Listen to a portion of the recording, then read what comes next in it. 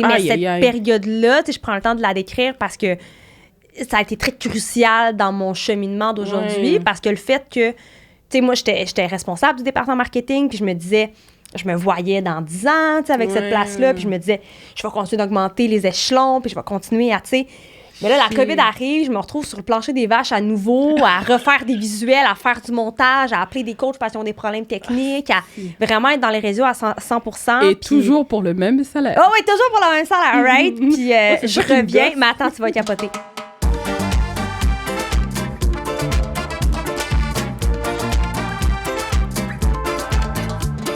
Non, c'est ça. Fait que, tu sais, c'est vraiment pour ça que j'ai parti ce podcast-là. Tu sais, je me suis dit, si je peux inspirer des jeunes, tant mieux. Ouais. Parce que moi, je me rappelle quand j'étais jeune, je savais pas ce que je voulais faire dans la vie. Tu sais, j'ai essayé paquet d'affaires. J'ai été travailler pour plein d'employeurs pour finir par dire, OK, je pense que on va essayer de voir, là, c'est quoi que t'aimes vraiment, c'est quoi qui te passionne, puis va travailler dedans, tu sais. T'as commencé par l'immobilier ou Non, moi, écoute, puis c'est drôle parce que... Je pourrais même pas dire ton âge, j'essaie de guesser tantôt, puis je suis comme... Écoute, 28 ans! Ah, dans la même âge! 28 ans, un parcours vraiment bizarre. Tu sais, moi, j'étais la genre de fille que à l'école, j'avais toujours des problèmes. Les professeurs me supportaient pas. Je me bagarrais tout le temps. C'est vrai. Tu donnes pas cette vibe-là? Je sais, mais c'est quand j'étais jeune, c'était ça, tu sais, parce que je sentais qu'un peu, j'étais incompris. Fait que je me bagarrais tout le temps. Même mes enseignants, ils étaient comme... Honnêtement, Marsha... je donne pas cher de ta peau, là. Oh, ouais! À ce point-là. Puis j'en parle souvent dans mon podcast. C'est comme, je donne pas cher de ta peau, là, tu sais. Il y en avait même un, à un moment donné, parce que moi, toutes les gens qui me connaissent le savent, j'adore énormément manger. Puis ils disaient, je te vois bien comme cuisinière. Mais tu sais, ça avait zéro rapport. Tu sais, c'est vraiment juste... boring à dire à quelqu'un, c'est-tu la chose la plus poche à dire? Puis... il y avait une réunion de parents. Il a été dire ça à mon père. Oh. Mon père, qui est un homme qui est quand même très... à son affaire. Il voulait que moi puis mon frère, on aille au cégep, université, puis c'est vraiment pas qu'est-ce qui s'est passé. On est les deux entrepreneurs, tu sais. Wow. Mais, fait que là, il a été dit ça à mon père, puis mon père, il capotait, là. C'est était sûr. Comme, what the fuck? On fera pas une cuisinière de toi, Ben non, c'est tu sais, puis ça l'avait vraiment vexé. Moi aussi, un peu. Ouais. Fait que c'est pour ça que je te dis, tu sais, je le comprends, le jeune qui est comme, je sais pas quoi faire de ma vie, je suis perdue, je sais pas à quoi m'identifier. Fait que c'est pour ça que moi, je me suis dit, OK, je fais ce podcast-là, je vais voir qu'est-ce que ça va donner. Puis quand j'ai eu l'idée, 2-3 semaines après, c'était comme...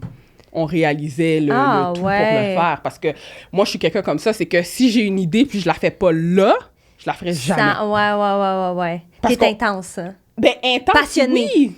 Ben, passionné, mais c'est pas ça. C'est que je me suis rendu compte, quand j'étais jeune, il y a beaucoup de choses que j'ai pas fait parce que j'ai laissé le petit hamster qui est dans notre tête prendre le dessus. De dire, Marsha, oublie ça, tu vas pas y arriver, fais-le pas. Fait que là, OK, ben, je le fais pas. Alors, aujourd'hui, dès que ce petit hamster-là, il passe, c'est déjà trop tard. J'ai déjà pris l'action, je l'ai déjà fait. Fait que le hamster, il est comme... toi-même. Là, c'est ça. Fait que le hamster, il arrive, il rentre, puis il est comme, oh, shit. C'est très bon. Je dois repartir. Excellent, ouais. Tu comprends? C'est fou. Puis tout ce que je fais, c'est comme ça. Wow. J'ai pas le choix, parce que si je fais pas ça, je suis foutue, là. Avec le petit hamster dans ma tête, je suis foutue. Mais tu t'es comprise, puis t'as dit, bon, ben, je vais me trouver un pattern pour, comme... couper ça, exact. Tu t'entrecoupes toi-même. Exact. Même quand je dois faire de la sollicitation, mettons, pour des clients, ou parce que moi, je fais beaucoup d'appels, tu sais, puis ça, c'est tough. Le truc que j'ai trouvé, premièrement, je change. C'est comme si, en ce moment, je suis Marsha, là, puis là, je change de personnage. Je suis plus Marsha. Je te comprends. Je suis rendue une autre personne qui fait de la prospection puis de la sollicitation. Je suis dans un autre rôle. J'ai pas le choix de faire ça. Je te filme. Moi aussi, je fais ça des fois. Mais, tu vois, moi, je dis ça aux gens quand il faut qu'ils filment des vidéos d'eux-mêmes, parce que souvent, les gens ont vraiment de la misère à faire une différence entre eux-mêmes. Je suis comme, fais juste changer ta... Là, t'es pas ta personne. Fais juste changer de personnage. Peut-être ta personne, je filme du contenu. Ouais. Puis ça aide à juste faire la coupure, de se mettre dans un Mais autre. c'est tough. C'est très tough. difficile. Ouais. Parce que cette blague-là, si j'en parlerais à mon frère aurait été comme Chris de mytho. Tu sais, t'as un problème psychologique. Là, non, je te filme. Mais je comprends ce que tu veux dire. Parce que je le fais aussi. Des fois, je dis aux gens, arrête de penser que t'es toi-même. Là. Fais juste transposer dans un autre. C'est un peu un autre mental, je sais pas comment dire. Exactement, mais c'est ça. C'est comme si que, en ce moment, je suis pas Marsha Saint-Jean, je suis quelqu'un d'autre. Ouais. Limite, je me donne même un autre nom, peu importe, mais je suis quelqu'un d'autre. OK, je me donne peut-être pas un autre nom, par exemple. c'est autre chose, mais c'est hot. C'est vraiment pour que je reste focus sur qu'est-ce que j'ai à faire. Parce que si je fais pas ça, je vais jamais le faire. Je ferai pas mes appels, je ferai pas ma prospection. Puis si je fais pas mes appels, je fais pas ma prospection. Tu sais que ça va te nuire. Ça va me nuire. Tu sais, c'est ça. De la même manière que si tu as regardé mes vidéos puis les contenus, je sors 3 vidéos par jour. Ouais. T'es vraiment très, très assidu. Fait qu'il faut que ça roule. Sinon, ça marche pas. Tu vois ce que je veux dire? Puis je pense que des fois, les gens, c'est ça leur problème. Ils sont pas assez... Ils sont vraiment pas constants. Structurés, tu sais. Ouais, vraiment. Mais, petite parenthèse à part, parce que là, on a comme mal commencé, parce que normalement, on devrait commencer avec ce que je te demande. Parle-moi de toi, présente-toi. Fait que là, je le fais. Parle-moi de toi, présente-toi. Oh mon Dieu. Ben, moi, c'est Marie-France. MF pour les non intimes et intimes. J'aime pas vraiment qu'on m'appelle Marie-France. OK. Ouais, MF Salva. C'est pour ça que c'est mon entreprise, c'est MF Réseaux sociaux. Et non, cool. Marie-France Réseaux sociaux, ouais. Je trouve que Marie-France, ça fait courtier immobilière, je trouve. On dirait, c'est comme toutes les Marie-France que j'ai connues étaient courtières. Fait que, bref, shit, wow. MF, c'est plus cool. Mais écoute, grosso modo, je travaille dans l'industrie des réseaux sociaux. Je travaille dans les coms. Ça fait longtemps. J'ai étudié là-dedans depuis... J'ai le parcours classique là, d'une fille en communication. J'ai commencé au cégep en com. C'était un deck qui était très, très pratique. J'ai appris plein de skills. Photo, vidéo, montage, Adobe, pub, tout le kit. J'ai appris ça là. Mais après, je suis allée à l'université aussi en communication à l'UQAM. Après ça, moi, j'ai fait un bac à l'UDM en com. Fait que, tu sais, classique fille qui a étudié en communication. Mais, tu sais, moi aussi, j'ai 28 ans. Fait que, il y a, tu sais, à 19, 20 ans, l'industrie des réseaux sociaux n'était pas ce qu'elle est aujourd'hui. On s'entend. C'est vrai. Fait que, tu sais, ce qu'on voyait à l'université, c'était très... des grosses stratégies de relations publiques, puis comme, tu sais, du journalisme, puis c'était très large, là, des concepts très larges, tu sais, surtout des conseils, puis des jobs qu'on ferait pas avant des dizaines d'années dans le milieu, fait que zéro pratique. Mais l'avantage que j'ai eu, moi, c'est que j'ai commencé sur le marché du travail très jeune.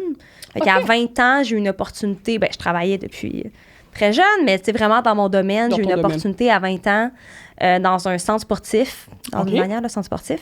Puis ils m'ont dit, écoute, je donnais des cours de Zumba déjà pour eux. C'est une affaire, Je donnais des cours de Zumba pendant 10 ans. Bref, je donnais des cours de Zumba pour eux, puis ils m'ont dit une fois, écoute, au siège social, il y a un poste qui s'est ouvert.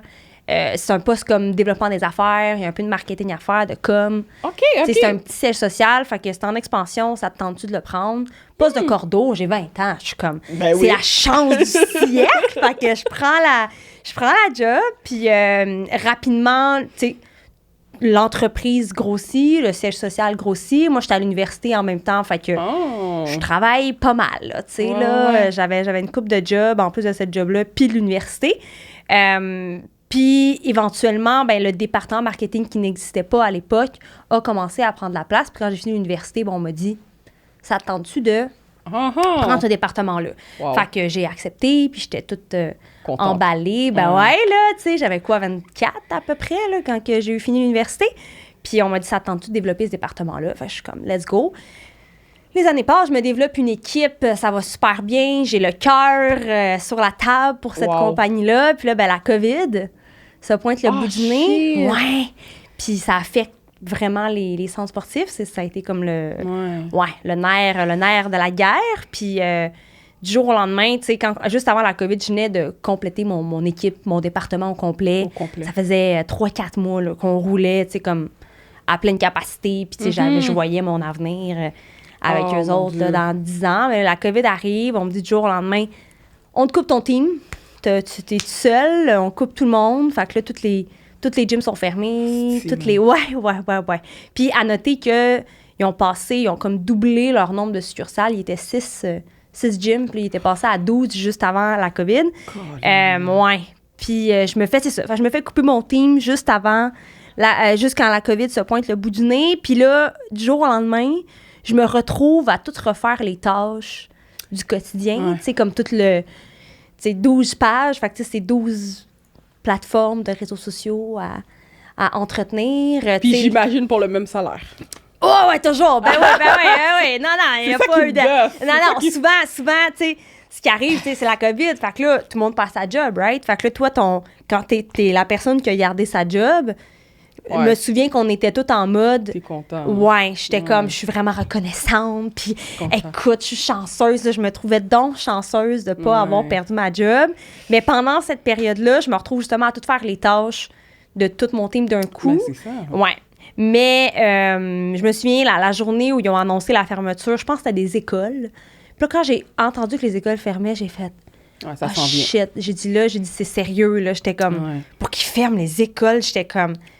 J'étais comme ça. Il y a de quoi de gros qui va se passer. Mais je sais pas si t'étais comme moi, mais vraiment dans le début, parce que quand ils ont commencé à fermer, on était au mois de mars. Ouais, on dirait que février, puis moi, c'est fou parce que moi, je revenais de voyage. Ouais. OK, j'étais partie dans le pays natal de mes parents. Ouais. Je suis revenue en mi-février. OK. Fait que là, on entendait parler. Ça soufflait puis tout, mais on dirait que tu réalisais pas. Mais non, on n'avait jamais vécu ça, là. Moi personnellement, je réalisais pas. Moi, c'est la journée où ils ont fermé les écoles. OK. La journée où ils ont fermé toutes les écoles, j'ai dit... Mais j'ai dit, on est là-dedans pour longtemps. Puis je pense que le lendemain, ils annonçaient qu'ils fermaient tout. Mais je me souviens qu'à ce moment-là, je m'étais dit... J'étais revenue chez nous le soir, puis je m'étais dit, si tout ferme... Parce que là, je voyais dans d'autres pays qu'est-ce qui se passait. Je suis comme, les gyms vont fermer. Puis là, dans ma tête, ça déboulait. Je me dis, mais qu'est-ce que je fais? Parce que, tu sais, là, tu roules. C'est une grosse bannière. C'est des gyms avec... beaucoup de gens qui rentrent dans ces emplacements-là. Puis je me dis, qu'est-ce qu'on fait avec tous nos membres? Qu'est-ce qu'on fait? Zéro technologie aussi. Là, il était comme... Les gyms, ils commencent là, à être plus techno, mais tu sais, avant la COVID, on dirait que tout le monde était un peu dans le néant. Puis je m'étais dit, mais qu'est-ce que je fais avec tout ce beau monde-là? Le lendemain, 24 heures après, ils annoncent la fermeture des gyms. Puis là, dans la tête, ça spin. Puis je me dis qu'il faut que je trouve une façon de les garder. Fait que là, c'est là que j'ai eu l'idée. J'ai monté, écoute, en une nuit, j'avais monté tout un branding pour... puis un groupe Facebook avec une stratégie sur comment est-ce qu'on va garder notre monde. Puis j'avais appelé tous mes coachs. Puis j'étais comme, on va faire des lives sur Facebook, on va monter un groupe. Pas sérieux? Ouais. Puis j'étais très proche des coachs. Fait que tout le monde genre, a fait le MF, on est là, tu sais. Fait que j'étais comme, bon, ben, let's go. Fait que pendant la COVID, écoute, là, une fois qu'on a créé ce groupe-là, c'est drôle parce qu'il y a du monde qui me disait, on dirait que c'était prévu d'avance. Il dit, c'était tellement bien fait. Ben oui. Il dit que quand le monde a vu ça sortir, il était comme, ben voyons, il y avait tout prévu. Mais non, ça avait été fait overnight. Puis pendant 4 mois, écoute, on a monté ce groupe-là à 10 000 membres. Shit. On roulait 4 lives de coaching par jour. On avait des séances de nutrition. On avait des horaires qui sortaient à chaque semaine. C'était comme à un autre niveau. Okay, mais tout ça était parce que justement, quand j'ai perdu mon team, j'étais comme, faut que si je reste sur le payroll, faut que je serve à quelque chose. C'est ça que je m'étais dit. Là. Mais c'est fou pareil parce que, tu sais, toi, comment que tu l'as vu, c'est nice parce que probablement, il y a des gens qui seraient tombés depressed. Ouais. Ben, il y a beaucoup de gens, il y a beaucoup de gens qui ont dit que cette affaire-là, ça les a gardés en vie parce qu'il était comme, il y avait quelque chose, même les coachs, ça leur donnait une raison parce que les coachs sont c'est du monde très passionné, très là pour les gens, mais là, tu leur coupes leur monde, leur mode de vie, leur quotidien. Ben, au-delà de ça aussi, c'est parce que les coachs, c'est des travailleurs autonomes. Ouais. C'est comme ma business, je la fais avec les clients que j'entraîne. Si tu me dis du jour au lendemain, j'ai plus personne que je peux entraîner, je fais quoi? Non. Mais il était vraiment 100% impliqué, là, tu sais. Mais cette période-là, tu sais, je prends le temps de la décrire parce que ça a été très crucial dans mon cheminement d'aujourd'hui parce que le fait que, tu sais, moi, j'étais responsable du département marketing puis je me disais... Je me voyais dans 10 ans, tu sais, avec cette place-là, puis je me disais, je vais continuer d'augmenter les échelons, puis je vais continuer à, tu sais... Mais là, la COVID arrive, je me retrouve sur le plancher des vaches à nouveau, à refaire des visuels, à faire du montage, à appeler des coachs parce qu'ils ont des problèmes techniques, à vraiment être dans les réseaux à 100%. Et toujours pour le même salaire. Oh oui, toujours pour le même salaire, right? Puis je reviens, mais attends, tu vas capoter. Je reviens de la COVID, je suis brûlée. Parce que là, pendant que tout le monde s'est reposé chez eux, là, moi, j'étais chez nous, je travaillais 24/7. Moi, j'étais 24/7 en train de travailler. J'étais morte raide. Quand les gyms ont réouvert, là, j'étais brûlée, mais j'avais des attentes parce que j'avais monté quelque chose de tellement... Ouais. Quand les gyms ont réouvert, là, le lien n'avait pas été perdu avec notre monde. Je comprends. Il y a eu une grosse remontée d'abonnements d'un coup. Ça l'avait un peu... apaiser les gens aussi par rapport à leurs abonnements parce que là, on a fallu qu'on gèle des frais puis des cossins. Fait que les gens étaient calmes, les gens étaient patients, les gens étaient tellement reconnaissants qu'on ait fait ça pour eux que la dynamique quand on est revenu avec les membres était géniale. Fou. Ouais, puis je suis revenue avec des attentes de... Élevées. Ouais, de... OK, ils vont me... Moi, je dirais... T'augmenter parce que t'es gênée de le dire. Ouais, ils vont m'augmenter, ils vont me donner une promotion. Je me disais, je peux pas croire que ça va pas juste passer dans le beurre. Puis tu sais, j'avais cette vision-là où dans ma tête, quand tu travailles pour un employeur puis que tu te donnes beaucoup, tu vas finir par avoir la reconnaissance que tu mérites. Oui, madame. Ça, c'était ce que je pensais. Puis tout le contraire, là, je veux vraiment pas entrer dans les détails de cette affaire-là, mais... Je reviens, c'est pas ça du tout qui se passe. Premièrement, on revient, puis technologiquement, il fallait absolument qu'il y ait des pas qui soient faits. Fait qu'une refonte du site web, la création d'une app, la création de clips vidéo. Ouais. Fait que je me retrouve avec mon équipe à nouveau, fait que fine, puis je me retrouve dans ce poste de direction-là, où ce que j'avais laissé. Okay. Puis, mais là, quand je retourne dedans... tout le monde. Non. Il a fallu que je fasse des changements.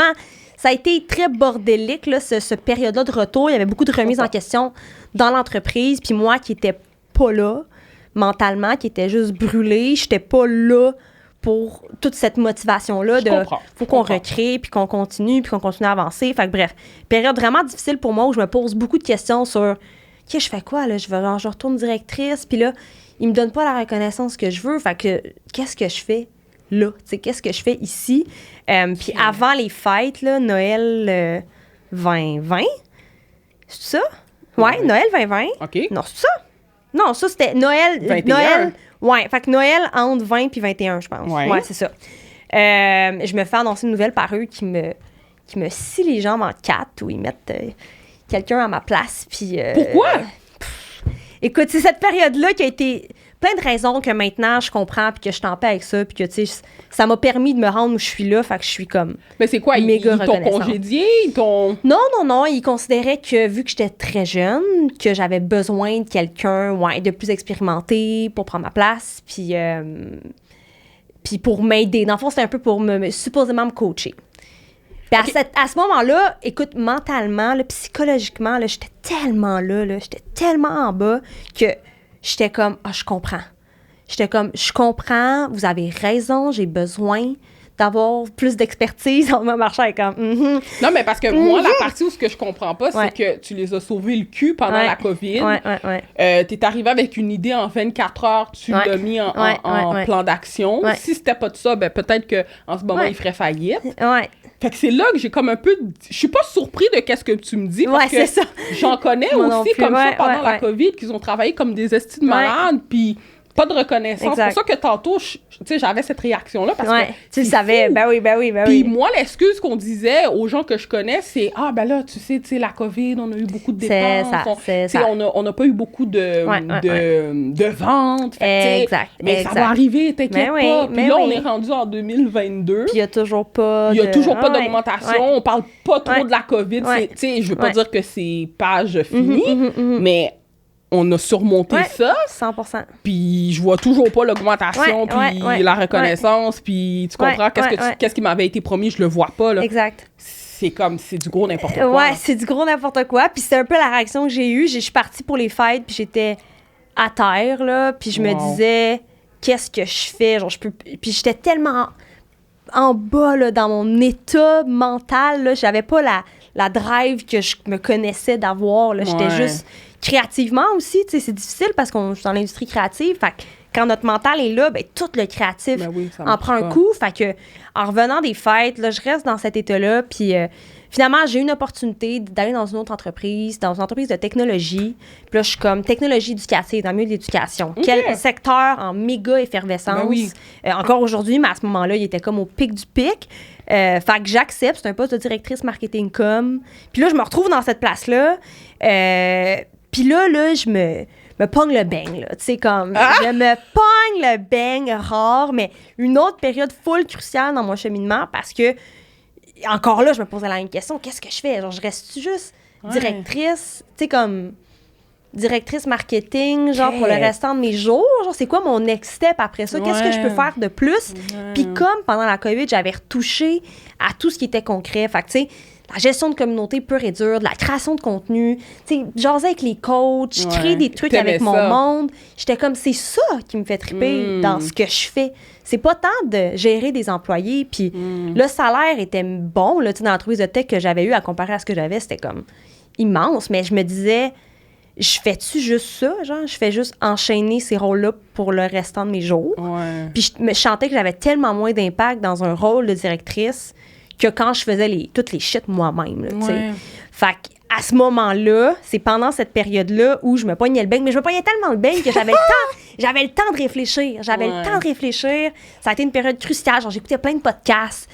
Quand j'avais fait un genre de tableau de post-it. Puis dès que j'avais de quoi, ben c'est des post-it virtuels, là, tu sais, je suis pas très gentille de réseaux sociaux, là, j'ai pas de vrais post-it, mais je m'étais fait un petit tableau de post-it, puis dès que j'avais quelque chose qui me popait, je le mettais dans mon post-it, puis éventuellement, ça m'a fait un genre de mapping, puis j'étais comme, ben, genre, être gestionnaire de réseaux sociaux, à mon compte, semble être l'option la plus, comme, intéressante.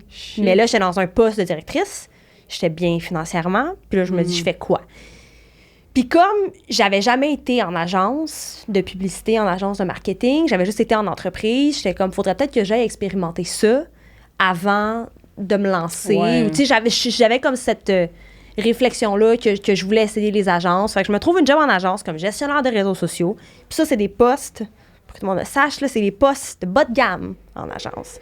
C'est du monde, ils prennent des juniors, du monde qui sort de l'université. 3/4 des gens dans ces positions-là veulent changer de job éventuellement, veulent augmenter, devenir des stratèges, devenir des DA. Ils veulent pas rester dans ces postes-là, le 3/4. Ce qui fait en sorte qu'il y a un méga manque de main-d'œuvre qualifiée, tu sais. Tu te demandes pourquoi? Ouais, c'est ça. Fait que j'entre dans cette agence-là, puis je fais plein d'entrevues. Il y a ça aussi, je fais plein d'entrevues dans des agences, puis les salaires, là, c'était du 35 000 par année. 40 000. Mais là, moi, j'avais un poste de directrice, là, dans une boîte de tech, là. Fait que là, j'étais comme, je suis prête à descendre, mais j'étais comme, j'ai une limite, tu sais. Fait que je réussis à trouver un bon entre-deux dans une grosse agence connue à Montréal.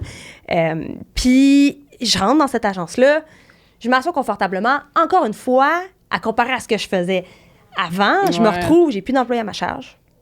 J'ai vraiment moins de job à faire. Fait que encore une fois, je me pogne le bang. Fait que là, je suis comme, bon, on va combler ça autrement. Puis là, c'est là que vient l'idée de dire, je suis en agence, je fais pas, tu sais, je suis en bas de l'échelle, je suis pas importante dans l'entreprise un peu, ou tu sais, je suis pas, ou j'ai pas une valeur aussi importante que dans les entreprises que j'avais avant, tu sais, où ce que j'étais. Fait que là, je me dis, bon, ben, je vais commencer à prendre des contrats. Je commençais à prendre des contrats on the side, puis j'étais comme, je garde ça pour moi. Je voulais pas que l'agence le sache. Bonjour, maintenant, tout le monde le sait. Maintenant, c'est dit. Je pense que je l'ai jamais dit aussi clairement. Mais tu sais, c'était des contrats qui n'entraient pas en compétition. Avec eux, je comprends. Avec eux, tu sais, c'était trop des grosses entreprises. Moi, je travaillais vraiment avec des petites business. Fait qu'écoute, je me start de même. Je commence à prendre des contrats subtilement. Tu sais, je commence à annoncer un peu aux gens autour de moi que je prends ça. Fait que je commence à en accumuler. Puis là, ben, j'ai ma job temps plein. Je travaille le soir, la fin de semaine. Je fais des contrats. Puis là, je grind, là, c'est solide. Là. Je travaille. Puis très rapidement, là, je te dirais 1 mois après que j'aille travailler à l'agence, j'ose pas le dire, mais rapidement, je fais comme... Bye. Ouais, je me dis dans ma tête, mon but ultime, c'est d'être 100% à mon compte. Ben puis je voyais comme encore plus loin que ça éventuellement. Fait que j'étais déjà dans un mindset de je vais partir à mon compte. Exact. Fait que je me mets dans ce mindset-là, puis je me dis, tu sais, pour pouvoir éventuellement me lancer à mon compte, il faut que je sois visible dans mon industrie. Fait que là, c'est là que je me suis partie mon compte TikTok. Ouais. C'est là que j'ai commencé à être plus visible sur LinkedIn aussi. Fait que ça, c'est comme devenu mes 2 plateformes de... OK, que tu utilises. Ouais, de prédilection. Puis c'est 2 clientèles vraiment différentes. Quand tu es visible sur LinkedIn, tu es visible dans ton industrie. Tu sais, comme moi, je suis... Tu mets-tu tes vidéos sur LinkedIn? Je les mets pas sur... Moi, je me suis fait un compte, en fait, de LinkedIn parce que mes gars m'ont dit « Mets-toi partout ». Ouais. OK. Ouais. Ben, en plus, j'ai plein d'invitations, mais ouais. Ben, c'est une plateforme très intéressante pour tout le volet organique, un peu comme TikTok. Là. Moi, je trouve que c'est les 2 plateformes les plus intéressantes là, au niveau organique. Wow. Organique qui veut dire qu'on n'a pas à investir d'argent ou d'amplifier un contenu pour qu'il fonctionne bien. Là. Je sûr que tous les auditeurs comprennent le verbiage. Mais, fait que je me lance très intensément sur LinkedIn. Je me mets à juste écrire tout ce qui me passe par la tête par rapport à l'industrie des réseaux sociaux, par rapport au poste de gestionnaire de communauté, de gestionnaire de réseaux sociaux, parce que j'étais comme, il y a un manque. Là. Puis je le voyais dans l'agence où je travaillais, j'étais comme... Genre, je suis vue comme la fille en bas. Puis à ce moment-là, c'est ce que j'avais besoin. J'avais besoin d'être en entreprise puis d'être personne. C'est ça, pour pouvoir développer mon affaire en dessous. Moi, je sais pas si mon orgueil... Ben, je sais pas si mon orgueil l'aurait pris, là. Tu sais, moi, j'ai fait du travail, j'ai fait des emplois que, comme, aujourd'hui, je suis comme, quête, voir que j'ai été faire ça, tu sais. Mais, comme tu dis, des fois, dans un moment de ta vie, il faut que tu passes par là. OK, c'est fait, mais... Moi, puis je voulais observer. J'étais beaucoup en mode... j'observais beaucoup. Prendre des infos. Ouais, j'observais comment le milieu des agences, comment ça fonctionnait, comment les gens interagissaient. Je prenais le temps de voir dans les autres agences aussi. Puis comme j'ai commencé à être visible sur LinkedIn, je me suis fait approcher par beaucoup d'agences pour un job, pour m'engager, pour me recruter, parce que des gens comme moi, il n'y en a pas beaucoup sur le marché, il y en a de plus en plus. Ouais, mais c'est une job qui est payée de la merde, là. Oui, aussi. Mais où j'étais, c'était des très bonnes conditions. J'étais bien rémunérée pour un gestionnaire de réseaux sociaux. C'était très bon. On va leur donner ça. Puis, c'est ça, fait que je me fais appeler par des agences, puis j'avais pas l'intention de switcher. Moi, j'étais déjà ailleurs. Fait que je prends les calls quand même. Je prends les appels, je prends le temps de jaser avec les agences. Ouais, parce que je leur dis pas que je veux pas travailler là. Je fais juste prendre les appels. Je prends tous les appels, puis là, je pose plein de questions sur leur organisation, comment ça fonctionne, ce qu'ils voient comme l'avenir. Puis c'est tous des présidents, des VP. Fait que, tu sais, je prends le temps de, comme, me créer un... Je sais pas comment dire, là. Puis j'ai réalisé ça récemment, que j'avais fait ça, mais on dirait que dans ma tête, je me disais, je suis en train de me bâtir un cerveau pour avoir une approche dans le futur qui va être intelligente, puis que je puisse me démarquer, tu sais. Mais je le faisais un peu inconsciemment en même temps, mais je savais que je prenais les appels parce que je voulais savoir. Comme ça, je le savais, là, tu sais. Fait que puis j'entrais sur les appels avec ce mindset-là. Ouais, fait que finalement... Puis là, il y a eu une situation aussi où je voulais m'acheter une maison. Fait que j'étais comme, si je suis capable de garder cette job-là puis qu'on s'en va des contrats on the side pour un bout, ça va t'aider. Ça va être bon. Fait que là, je suis partie dans cette mentalité-là. Je suis comme là, meuf, tu vas te calmer, reste de même pour un bout. Une fois que tu as ta maison, tu feras bien ce que tu veux. Exact. Je me dis, finalement, en août dernier, me fais mettre à porte. Oh!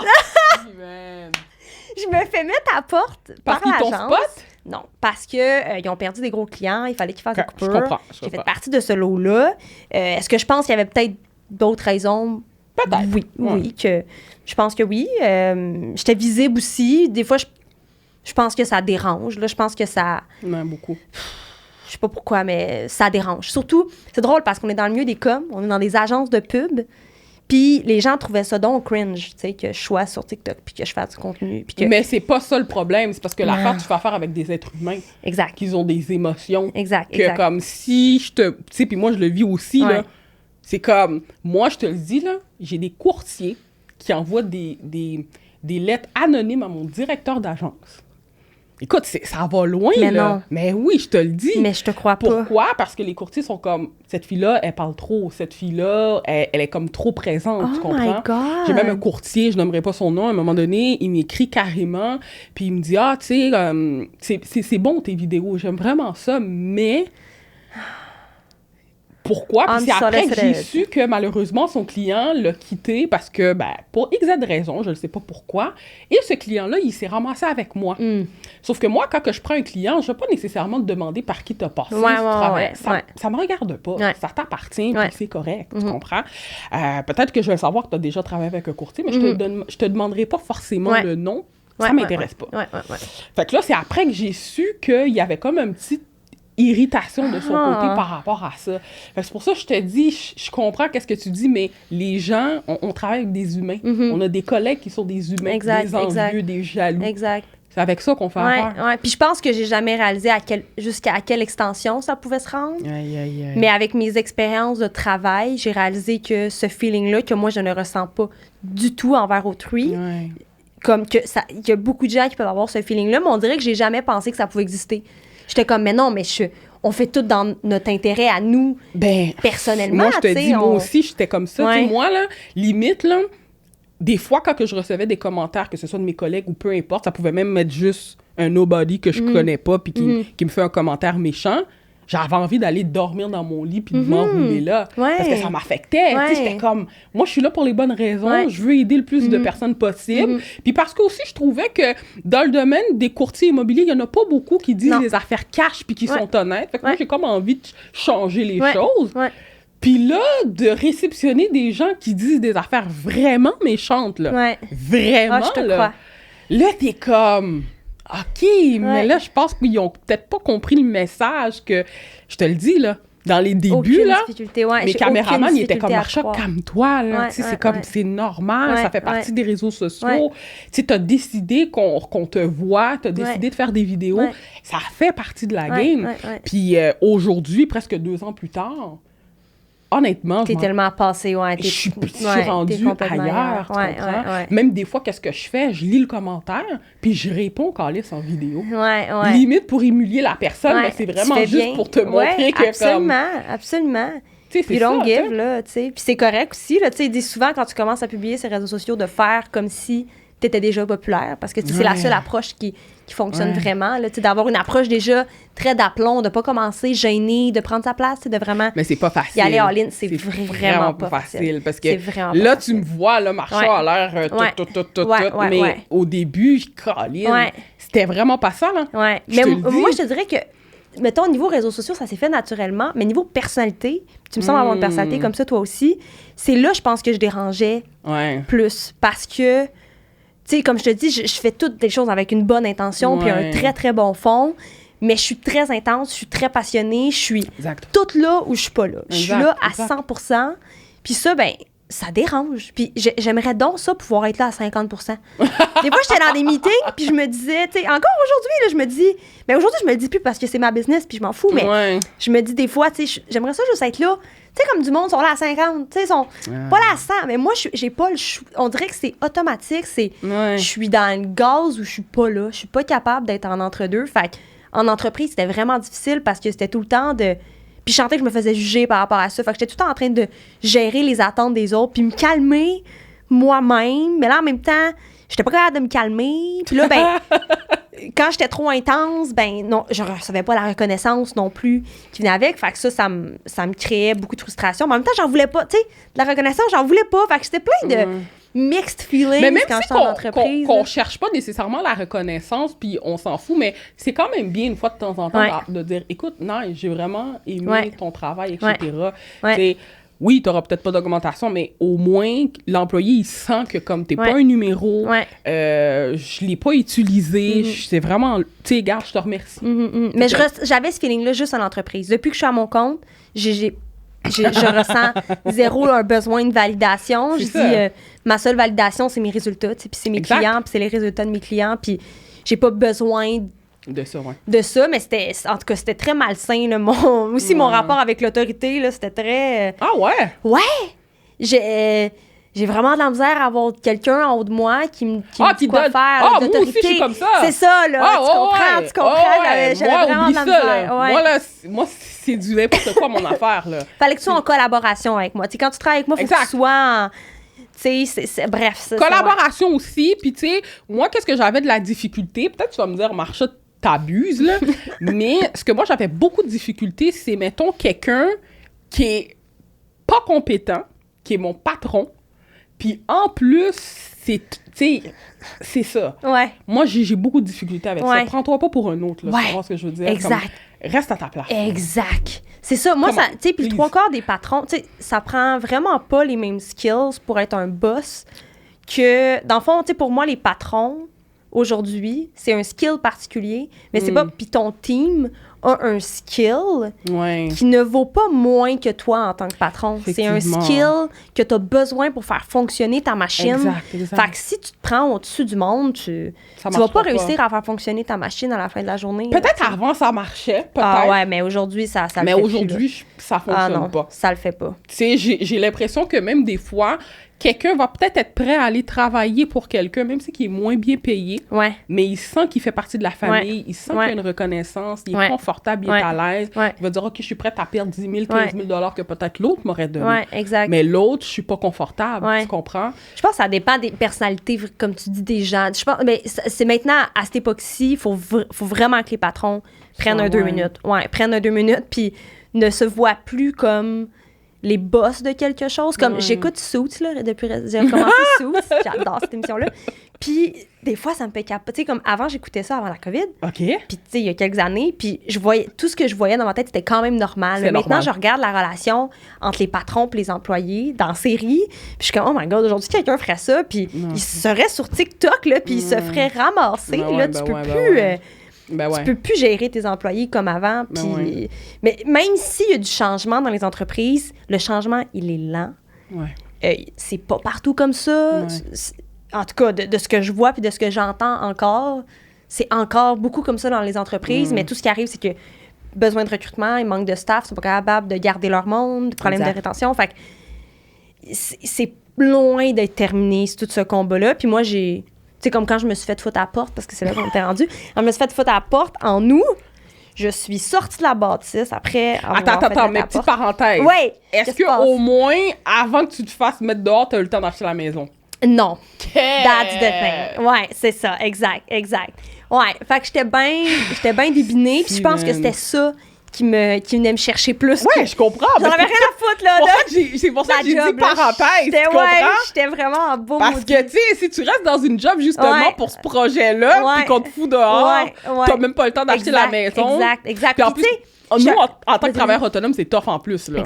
Exact. Quelque chose. Mais, tu sais, aussi, pendant ma période, justement, après que j'ai parti du gym, je travaillais dans l'entreprise de technologie, vu que j'avais beaucoup de temps à perdre, là, pas de temps à perdre, mais j'ai investi en moi beaucoup aussi. Je me posais beaucoup de questions sur ma vie personnelle, ce que je voulais. Je comprends. Puis, je dirais aussi qu'une chose qui a été très importante dans mon processus, c'est que j'ai établi ce que je voulais dans ma vie perso. Puis, en fonction de ce rêve-là que j'ai avec mon conjoint, puis, tu sais, avec mon chien, j'ai dit, je vais bâtir tout le reste autour, puis c'est ça qui va... On dirait que c'est ça qui m'a donné plus de sens. Je comprends. À tout. J'ai dit, tant que je peux trouver une solution qui mêle tout ça, puis dans mon petit tableau, mon petit post-it, j'étais comme travailleur autonome, c'est personnellement, professionnellement, ce qui me convient le mieux. Fait que, tu sais, j'étais prête à rester à l'agence, justement, puis de continuer à rouler des contrats parce que je me disais, personnellement, j'ai vraiment envie d'avoir une maison. Fait que je vais tout faire pour arriver à cet objectif-là. Fait que c'est pour ça que j'étais capable de gérer l'agence, puis, tu sais, mes contrats on the side, tu sais, je comprends. Je faisais beaucoup de contenu aussi, là, pendant toute cette période-là. Fait que ça roulait, puis... Mais quand je me suis fait mettre à la porte, puis que j'étais bien débinée, là, je suis sortie de la bâtisse après m'avoir fait mettre à la porte. J'ai appelé mon chum. Puis la première chose qu'il m'a dit, c'est « Fait que go ». J'ai dit « Go ». Puis là, j'ai dit « Là, je pars à mon compte à 100%. » Puis j'en ai rien à foutre. Puis j'ai dit « There better watch out ». Parce que j'étais comme... Tu vas tout exploser. Je m'en viens. Fait que je suis restée très silencieuse pendant 24 heures. Je suis revenue chez nous. Je suis revenue chez nous, broyer une petite shot. Il a pris mon calepin. Ben, en même temps, je m'en attendais quand même pas. Je savais qu'il allait avoir des coupures, mais je l'avais demandé. Je m'en attendais pas. J'aimais beaucoup, mettons, mon équipe très proche, je l'aimais bien. Fait que j'étais comme en beau maudit, mais ça fait toujours chier de se faire mettre dehors. C'est ça. Puis tu sais, c'était comme pas une deuxième prise, mais tu sais, quand j'avais parti du gym, on m'avait fait un coup bas, puis tu sais, je me sentais comme si... Tout ça remonte, là. Ouais, tu sais, là, on dirait que ça, me faire mettre à la porte, ça revenait encore à mon point où je me disais... Je ne peux pas faire confiance à un patron à nouveau. J'ai pas la force de me retrouver en entreprise à nouveau, de retrouver avec une gang, d'avoir à resocialiser, puis de genre care par rapport à tout mon team, que dans le fond, Je m'en fous de l'entreprise, pour vrai. Parce que la vraie réalité, c'est que le 3/4 des employés, ils s'en foutent. On n'a rien à foutre de l'entreprise. Ils vont faire leur job du mieux qu'ils peuvent. Mais si tu leur dis, là, en finissant de travailler, hey, on va avoir atteint 500 000 de chiffre d'affaires dans les 6 derniers mois, l'employé, là, il pense à son chat, puis à son spaghette qui l'attend chez eux. Puis c'est ça, leur vie, tu sais. Puis il y a comme vraiment les perceptions aussi, tu sais, c'est une autre affaire qui est fucked up. Fait que bref, quand je me suis fait foutre à la porte, je me suis dit, j'ai pas la force de retrouver une job à ce moment-là, mais j'avais le feu au cul pour partir à mon compte. Là. J'étais comme... Puis, il faut comprendre que j'avais déjà des contrats on the side, puis je faisais presque autant d'argent en contrat que j'en faisais à ma job, si c'est pas plus. Fait OK. J'étais pas dans la merde, j'étais comme, j'ai rien à perdre. J'étais comme, j'ai rien à perdre à me lancer. Puis c'est drôle parce que le dimanche, on était au festival GEM, qui est le premier festival là, des internets à Drummondville, avec du monde qui font des TikTok, puis du monde dans l'industrie. Puis ils me jasent, un peu de où est-ce que je m'en vais. Puis je suis comme, je suis bien à l'agence, je reste là. Le lendemain matin, je me fais foutre à la porte. Puis le lendemain, le mardi, j'annonce que je pars à mon compte. Tout le monde qui était là avec moi dimanche sont comme, qu'est-ce qui s'est passé en dimanche puis mardi? Puis je suis comme, je me suis fait mettre à la porte, fait que j'ai fait fuck off. Puis en 24 heures, j'ai revu toutes mes affaires. J'ai revu mon offre de service, j'ai revu tous mes visuels, mes formulaires d'inscription. J'avais déjà tout commencé à mettre mes trucs en place dans l'année avant ça. Fait que quand je me suis lancée, c'était seamless. J'avais tout revu mes shit. Ça avait l'air, encore une fois, comme si j'avais prévu ça depuis. Mais est-ce que tu penses que si, mettons, l'agence t'avait pas foutu dehors, t'aurais été encore là aujourd'hui? Je pense que oui. Parce que je voulais vraiment m'acheter une maison. Je voulais vraiment commencer à m'établir. Peut-être la maison, tu l'aurais achetée entre-temps, là, je sais pas. Tu sais, il faut 2 ans dans une même entreprise. Là, je sais que tu peux être dans le même secteur aussi. C'est ça, exact. Je fais avec des courtiers hypothécaires en ce moment, puis tu sais, je le comprends, mais oui, j'aurais peut-être acheté. Tout dépendait pour moi de la maison. C'était vraiment ça, mon... Puis il y avait toute la discussion des enfants aussi. À un moment donné, tu te poses la question, tu sais, t'es comme, t'en veux-tu pas? Puis tu sais, pour une femme, ça change la donne, là, tu sais, c'est comme... C'est un penser si bien, là, tu sais. Puis moi, j'étais pas prête à tout abandonner ce que je bâtissais là pour faire des enfants. Ouais, non, ben, je respecte ça. On dirait qu'on se sent mal de dire ça en tant que femme, là, mais effectivement, mais c'est là qu'on est aujourd'hui, là, tu sais, surtout quand on décide de devenir entrepreneur, de partir son entreprise, c'est quelque chose. C'est quelque chose. Puis c'est correct, mais le problème que nous, on a en tant que femme, c'est qu'on a notre âge qui joue pour aussi. nous. Ouais. Puis le gars, s'il a 40 ans, il veut faire un enfant, il n'y a pas de problème, mais nous, c'est un peu touché. Ben oui, puis tu sais, faut que tu aies faut que tu sois reposé, faut que tu sois là dans ta vie au bon moment. Pis... Moi, c'est ce que je pense aussi. C'est ce que je pense aussi. Parce que, tu sais, il y en a beaucoup, ils vont dire, ben, moi, je trouve que c'est mieux de faire des enfants quand t'es jeune, puis tout. OK, mais t'as pas vraiment beaucoup d'argent. En tout cas, pour mes proches, là, c'est ça. Ouais, moi aussi, je pense que des gens qui struggle, là. Je peux pas faire vivre ça à mon enfant, exact. Moi non plus, je suis pas capable de non, moi non plus. C'est hors de question, tu comprends? Surtout qu'en plus, t'as le choix. Exact. Donc, ne viens pas me dire, je suis tombée enceinte, c'est un accident. Non, tu as fait le choix. Tu as fait le choix, exact. Non, mais moi aussi, je te feel là, comme si tu parlais pour moi. Même si c'est un accident ou pas, c'est quand même un choix que tu as fait. Exact. Puis là, je veux pas rentrer dans t'aurais pu avorter. C'est pas ça que je parle. Je ne parle pas de ça. Je parle que si aujourd'hui tu as un enfant, tu as fait le choix. Exact. Puis moi, personnellement, je ne me vois pas élever un enfant où ce que financièrement, c'est difficile pour moi. Exact. Non. Mais d'être là aussi mentalement, tu sais, comme, tu sais, en ce moment, justement, ma business, ça va tellement bien. Puis, tu sais, je vois un petit peu plus loin, puis, tu sais, je commence à avoir des projets d'expansion déjà, tu sais, puis je me dis, je vais-tu vraiment entrer un an? Tu sais, en ce moment, c'est ça qui me fait vibrer. En plein milieu de... En plein milieu de la patente, tu sais, je suis comme, mais non, en même temps, non, c'est pas là, tu sais, c'est correct. Tu sais, il y a le jugement, mais c'est ça qui est gossant, quand t'es une femme, c'est que exact. Il y a ça à gager, puis peut-être que t'en veux pas, puis c'est pas correct, mais mettons que t'en veux, c'est ça, faut que tu le gages, faut que tu le penses quand t'es entrepreneur, puis tu sais, faut vraiment, tu sais, comme moi, j'ai un chum vraiment... comme il m'aide maintenant, tu sais, cool. Comme il a commencé à travailler, puis tu sais, à faire des trucs pour comme me déloader, puis qu'on puisse en prendre plus, mais tu sais, puis maintenant, c'est rendu comme notre priorité à nous deux, là, tu sais, quand on parle au on, là, tu sais. OK, mais comme, on a-tu fait ça, on a-tu reçu ça? Mais il est-tu dans ta business, lui aussi? Ouais. OK, shit, OK. Ouais, ben ça, c'est vraiment, vraiment récent, là, mais ouais. Ben, il travaille encore, il a encore sa job, mais c'était comme un pas le choix, là, tu sais, c'était... Fait que toi, en fait, ton but, peut-être, futur, ce serait de grossir ça. Ouais. Ben, tu sais, je suis un peu... En ce moment, je suis en gros questionnement parce que je ne veux pas reproduire les structures que j'ai vues, surtout dans l'industrie créative, où c'est... Je m'excuse, là, je vais être off pour mon industrie, mais je trouve quand même que les employés sont très mal payés pour une job qui est tellement... qui demande... En fait, c'est une affaire de talent, c'est une affaire de capacité. Il n'y a pas beaucoup de gens qui peuvent faire ce qu'on fait. Il y a beaucoup de rareté dans notre industrie aussi.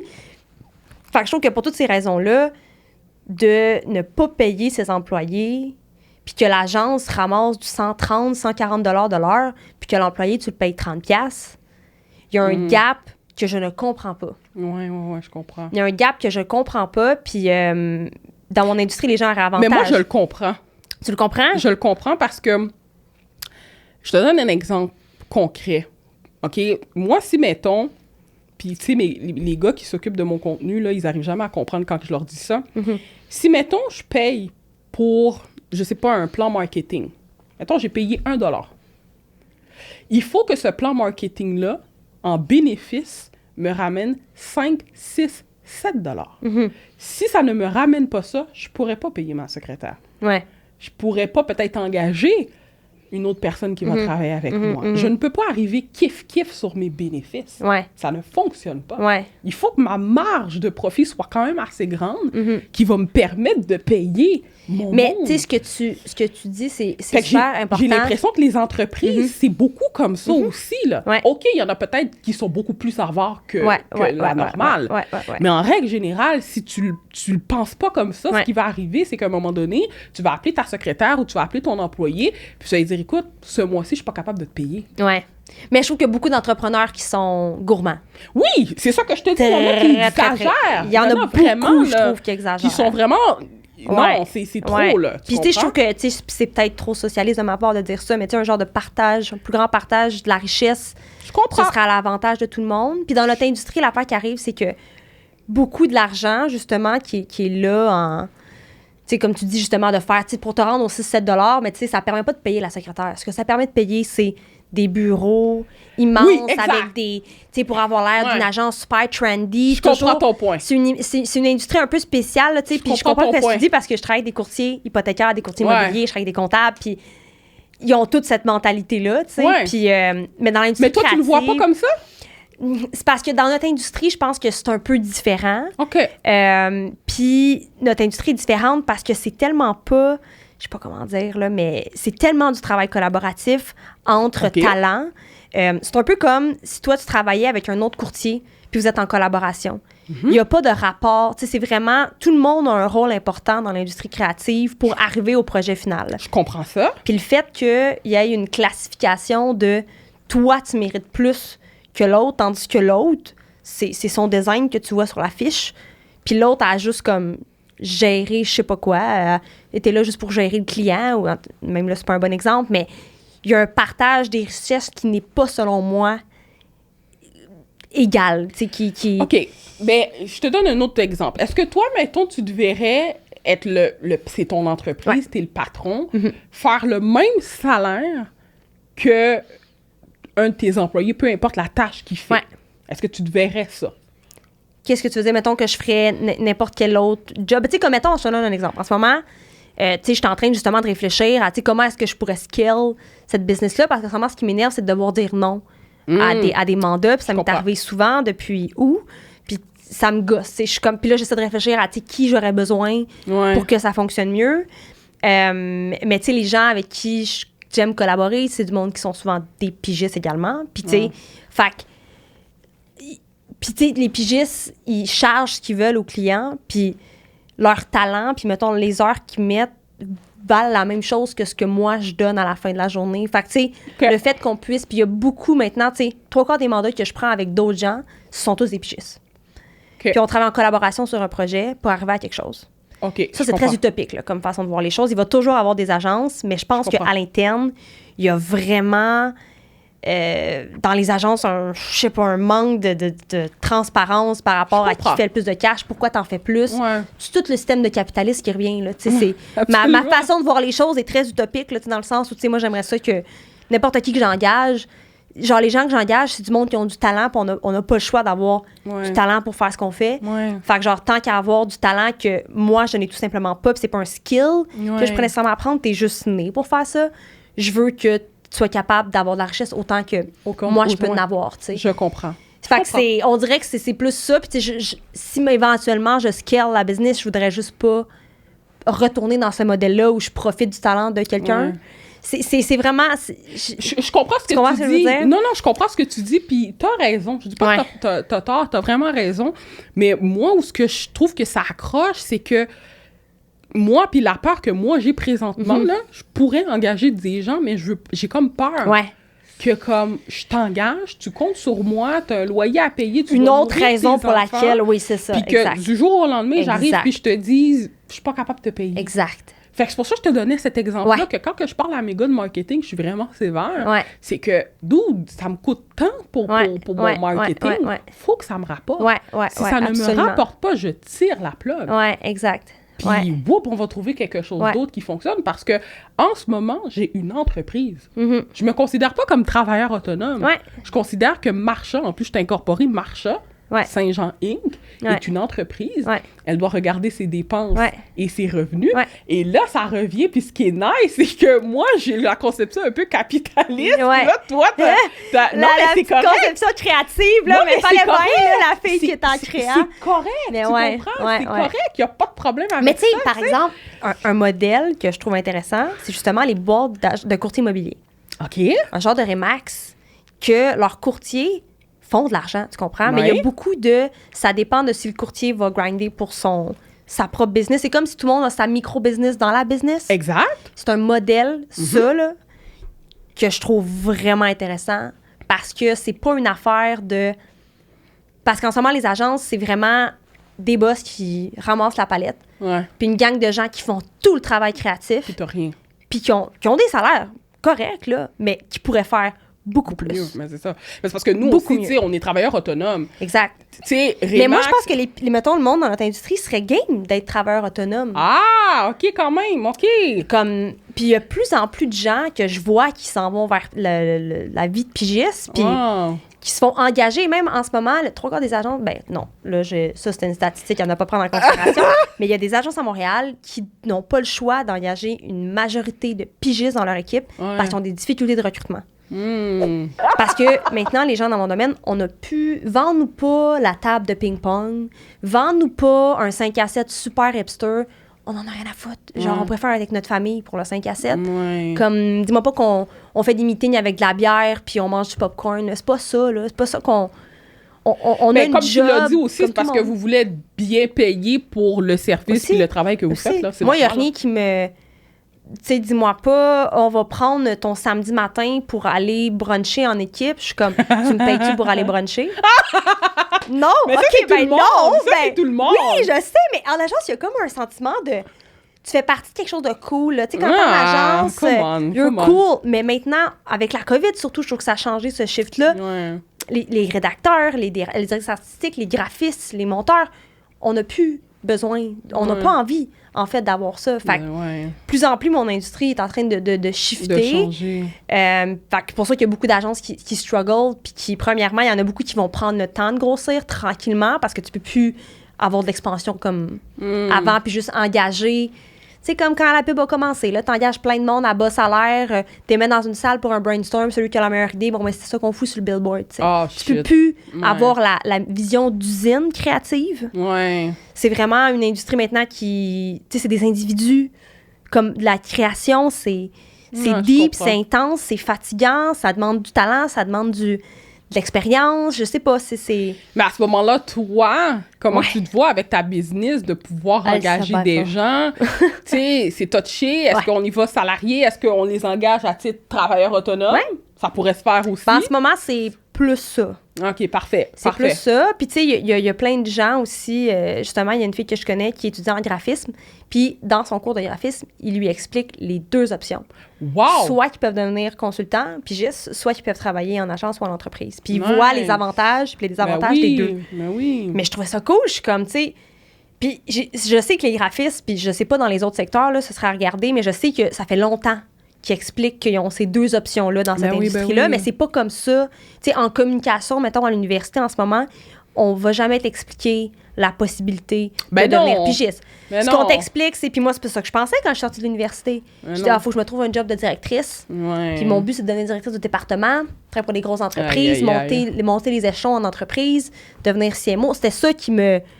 C'était ça que je pensais qui était le succès, tu sais. Puis finalement, revenir sur le plancher des vaches, ça a été ma meilleure décision.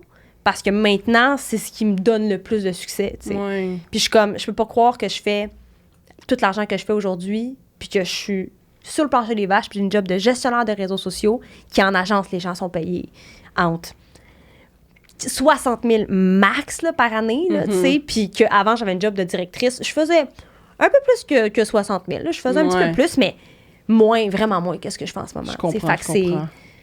Ouais, ça a été une grosse comme réalisation dans la dernière année. Je suis comme, les gens ont une vision du travail qui est fucked up, en fait. Mais en fait, je pense que, comme tu disais tantôt, c'est dans la société qu'on est. La société qu'on est met l'accent là-dessus. Ouais. Tu comprends? C'est ça qui est... C'est pour ça que je t'écoute, puis je suis comme, shit, elle amène un point que moi, je vois pas ça nécessairement comme ça. Puis c'est correct aussi. Tu comprends? On parle, on échange. C'est bien nice. Mais moi, comme je te dis, je suis focus en... C'est quoi mes dépenses, c'est quoi mes profits, c'est quoi mes dépenses, c'est quoi mes profits. Si j'engage quelqu'un, faut que... C'est pour ça que j'aurais de la difficulté à engager quelqu'un sur mon payroll. Ça me mettrait beaucoup de pression. Je te jure. C'est pour ça que mon chum, c'est comme la meilleure option. Parce que lui, il est juste comme... Moi, je suis là, puis let's go. L'argent reste dans la famille. Exact. Tant qu'on est capable d'augmenter notre richesse à deux, c'est ce qu'on veut. Puis... Puis tu sais, pourtant, quand j'ai voulu me lancer à mon compte, tu sais, c'était... Tu sais, beaucoup de gens dans ton entourage sont quand même comme... Qu'est-ce que tu fais? Tu sais, puis le plus gros move qui a choqué tout le monde, je pense, ça a été quand j'ai passé d'un poste de directrice à un poste de gestionnaire de réseaux sociaux. Mais ça, c'est normal. Le monde était comme... j'aurais été comme, what the hell? Qu'est-ce que tu fais? Même mon chum, il était comme, you better know what you're doing. Puis j'étais comme... Je voyais la vision à long terme. J'étais comme, je suis capable de me visualiser. J'étais comme, je sais pas comment je vais me rendre là, mais j'étais comme, je vais m'y rendre, tu sais, je vais m'y rendre. J'ai mon tableau de post-it. I'm good, tu sais. Fait que je me suis juste vraiment fait confiance. Puis ça a été comme le point tournant pour moi quand je suis partie justement du gym. J'ai dit, si dans ma vie professionnelle, je suis capable de mettre 1% de ce que je donnais pour cette compagnie-là en moi, je vois pas comment ma vie professionnelle pourrait pas être rentable. Mais oui. Puis quand je suis partie à mon compte, j'étais comme... Vraiment, là, la seule confiance que j'avais, c'était en moi-même. J'étais comme, si je suis capable de desservir mes clients comme je sais le faire, si je me donne comme je sais le faire, puis que je continue ce que je fais, je ne vois pas pourquoi ça fonctionnerait pas. Ça marcherait pas. J'étais comme, je vois pas. Mais tu sais, il y a vraiment eu un shift dans mon cerveau de mindset puis de confiance en moi-même, là, parce que quand je suis partie justement du gym, j'aurais jamais pensé être où je suis là. Mentalement, là. J'étais tellement basse, mais tu sais, je me suis rebuild tranquillement. Puis tu sais, je me souviens que mes proches étaient... Ma soeur était comme...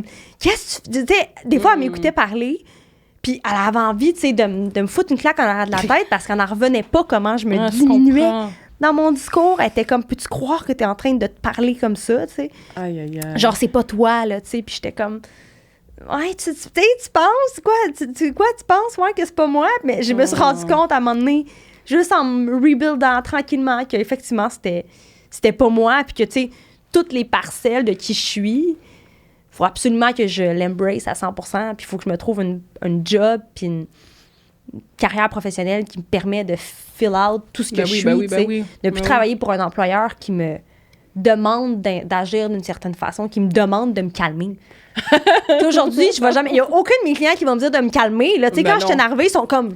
Go, tu sais, puis les gens m'engagent pour cette énergie-là aussi, tu sais. Fait que j'arrive, puis j'ai pas à gérer d'attente, là, tu sais. 3/4 du temps, ils m'ont vu sur TikTok, tu sais. Ils m'ont vu jaser sur LinkedIn, fait qu'ils savent très bien à quoi s'attendre, tu sais. Quand ils embarquent avec moi, là, ils sont comme... Fait que, tu sais, c'est tout ça. Puis depuis, honnêtement, ma business va tellement bien, puis, tu sais, justement, là, ce qui m'a plus fait chier dans les derniers temps, c'est que j'ai refusé des contrats. Puis j'étais comme, non, là, je veux plus faire ça. Fait que là, c'est pour ça que je suis en train de de voir comment je peux en prendre plus. Puis mon chum qui est zéro dans cette industrie-là, il est embarqué. Il patine, puis je le forme, puis on trouve ça super drôle, là, on adore ça. Puis... Mais là, toi, tu te vois où, là, pour les prochaines années avec ton entreprise? J'en ai aucune idée, man. Pour vrai? Ben, c'est pas vrai. Je commence à avoir une idée, c'est justement prématuré dans ma tête qu'on dirait que je me le garde. On dirait que je me fais beaucoup de promesses à moi-même dans mon cerveau que je ne divulgue pas. Puis à un moment donné, quand je sens que j'ai le plan match qui vient avec, c'est là que j'ouvre les valves, comme on dit. Je pense que, tu parlais tantôt du fait que quand tu t'engages quelqu'un ou quand tu mets quelqu'un d'autre dans le bateau, puis que quelqu'un d'autre peut pas subir, mais tu sais, subir de tes erreurs, tu sais, en tant qu'entrepreneur. Absolument. Il y a une responsabilité qui vient avec. Puis cette responsabilité-là, je la sentais même avec mon conjoint. Tu sais, je voulais être sûre que si je m'embarquais, que, tu sais, moi, je me voyais éventuellement, tu sais, qu'il fasse la job puis qu'il commence à m'aider. Puis je savais qu'il serait comme all-in, mais avant de partager tous ces éléments-là, il fallait quand même que je sois sûre que j'avais quelque chose qui roule. Puis, tu sais, que je me développe une structure. Puis quand je parle de développer une structure, c'est autant au niveau opérationnel qu'au niveau entrée de leads aussi, tu sais, m'assurer que j'ai assez d'intérêt autour de moi pour que les gens aient envie de travailler avec moi puis d'entretenir. Fait que de me trouver un système dans mon quotidien qui me permet d'entretenir ça. Fait que, tu sais, en participant à des événements, en créant, en continuant d'être active sur mes réseaux sociaux puis de ne pas lâcher, en continuant d'être pertinente. Mais tout ça, c'est une structure. Je le fais pour mes clients. Tu sais, je fais des réseaux sociaux pour mes clients. C'est ça que je fais 24/7. Mais de continuer à l'entretenir pour toi-même, c'est une autre game. C'est vraiment une autre game. Puis, fait que, tu sais, en tout cas, de me créer une structure qui me permet d'entretenir ça. Fait qu'une fois que j'ai mis ça en place, je sais que je suis bonne pour un bout, là. Je comprends. Puis toi, de ce que je comprends, en fait, tes clients, ils viennent que des réseaux sociaux. Ouais, 100%. OK. Fait que tu fais pas de Facebook Ads, Je fais rien. Je fais juste de l'organique. Puis dans la vie, dans le fond, mes services, moi, ce que j'offre, c'est des réseaux sociaux organiques. Fait que, tu sais, c'est... Puis, tu sais, moi, je vois les réseaux sociaux comme des écosystèmes qui vivent. Puis on est vraiment plus loin que dans la pub classique où, tu fous une ad, t'attires des leads. Maintenant, les réseaux sociaux, c'est vraiment comme une approche où tu fais vivre un écosystème sur plusieurs plateformes. Puis cet écosystème-là va vivre avec tu sais, est-ce que tu leur réponds vite à tes clients quand ils t'écrivent qu'ils ont un problème sur Facebook? Est-ce que tu as des messages automatisés? Est-ce que tu as une approche qui est claire? Est-ce que tu as un visuel qui est beau? Est-ce que tu as un ton qui est intéressant? Est-ce que tu crées du contenu pour eux? Ou tu crées du contenu juste pour pousser tes services, tu sais. Ça, c'est un débat que j'ai souvent avec mes courtiers. Puis, mais c'est parce qu'ils sont très dans le, justement, 1+1 fait 2, tu sais. Ils sont très dans le concret. Puis non, les gens m'approchent parce qu'ils savent que c'est mon approche. Puis c'est ce qu'ils veulent développer. Tu sais, 3/4 des entreprises ont déjà une très belle, moi, je dirais, relation avec leurs clients. C'est des entreprises qui sont très bien positionnées. Pas positionnées nécessairement monétairement, mais avec leurs clients. Ils ont une très belle relation avec leurs clients. Ceux qui ont le plus de difficultés, c'est vraiment ceux qui ont traité leurs clients comme de la merde pendant des années. Puis ils veulent aller sur les réseaux sociaux. Ben là, ils se font ramasser ces réseaux sociaux. Parce que, mais comment on fait pour plus se faire ramasser? Puis là, je suis comme, t'as-tu pensé à toute ta business? Dans le fond, tu sais, t'as-tu pensé à tout le cadre? Fait que, tu sais, absolument. C'est vraiment ça. Fait que c'est de créer. Puis, tu sais, je dis que c'est de façon organique, ces réseaux sociaux, mais oui, il va y avoir des budgets qui vont être mis pour amplifier les contenus, pour être sûr que notre communauté voit ce qu'on fait, parce qu'on veut quand même on veut quand même que les efforts soient récompensés, que ce soit fructifiant. Fait que, oui, on va aller créer des stratégies pour amplifier les contenus, mais tu sais, les gens m'engagent pour ça. Fait que pour tout l'aspect stratégique de comment est-ce qu'ils devraient voir leurs réseaux sociaux, le contenu qu'ils devraient y mettre, les formats qu'ils devraient utiliser. Puis moi, je fais tout, autant la réflexion que du travail sur le plancher des vaches. Fait que c'est ce qui fait ta force. Ouais. Souvent, les gens peuvent soit faire un ou l'autre. Puis dans mon industrie, même un ou l'autre, il y a beaucoup de gens qui le font pas super bien. C'est nouveau comme industrie. Fait qu'il y a... Puis il y a plein de titres différents. Il y a du monde aussi, c'est des gestionnaires de réseaux sociaux, mais ils ressentent le besoin de s'appeler genre stratège, communication et leader de review positif. Puis t'es un gestionnaire de réseaux sociaux. Tu fais des réseaux sociaux dans la vie. Puis tu sais, moi, je m'assume dans ce rôle-là. Puis les gens savent très... Tu sais, je veux pas que je veux pas me donner un titre de malade juste pour que tu me trouves hot. Je veux que tu me viennes à moi parce que tu dis ça, c'est la gestionnaire des réseaux sociaux la plus badass que j'ai rencontrée. Puis je fais comme, yeah, right. Puis tu sais, quand je vois d'autres gestionnaires des réseaux sociaux badass, je suis comme... Ça le fait, là, tu sais. Puis des gestionnaires de communauté aussi, tu sais, qui... Ouais, c'est cool. Fait c'est deux industries qui sont comme pas bien vues dans le domaine, mais qui sont le cœur de ce qu'on fait. Tu sais, la personne qui réfléchit à tes réseaux sociaux, puis qui monte le contenu, puis qui le shoot, puis qui... C'est du knowledge, c'est des compétences, puis tu sais, en tout cas, c'est... Moi, j'adore ce que je fais, là. Tu dois le... Non, mais ça se voit, là. Je suis vraiment passionnée. Pour ça aussi que je t'ai appelée, parce que c'est comme, shit, la fille est vraiment passionnée. Là. Ouais, vraiment.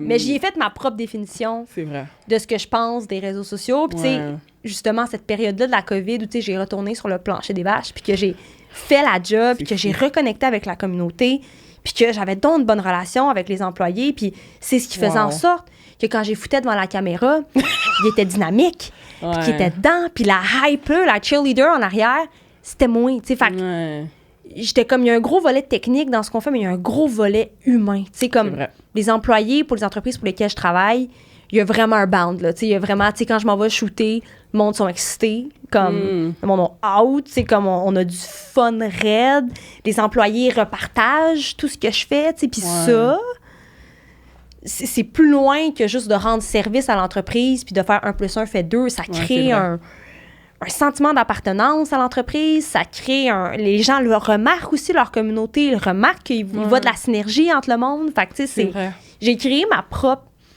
définition de ce que c'est être gestionnaire des réseaux sociaux, puis j'espère que je vais continuer à influencer cette industrie-là, parce que pour moi, c'est ça le cœur de ce qu'on fait. T'sais. Non, c'est vrai.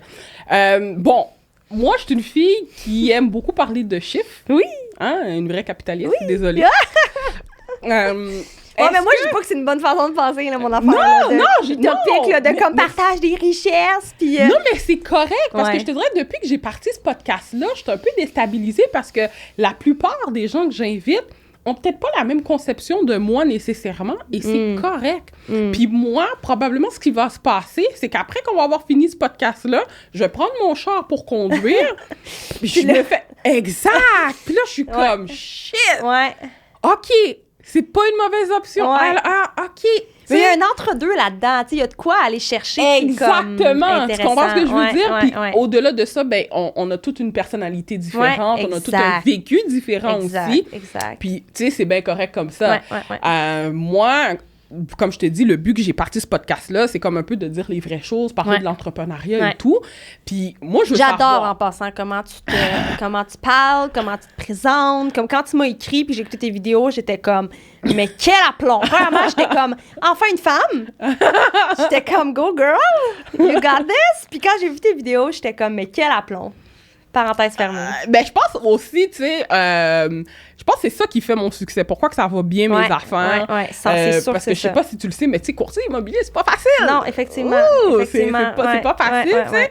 Puis quand moi, j'ai parti ma première... Mettons, tu redescendrais jusqu'en bas de mon TikTok, là.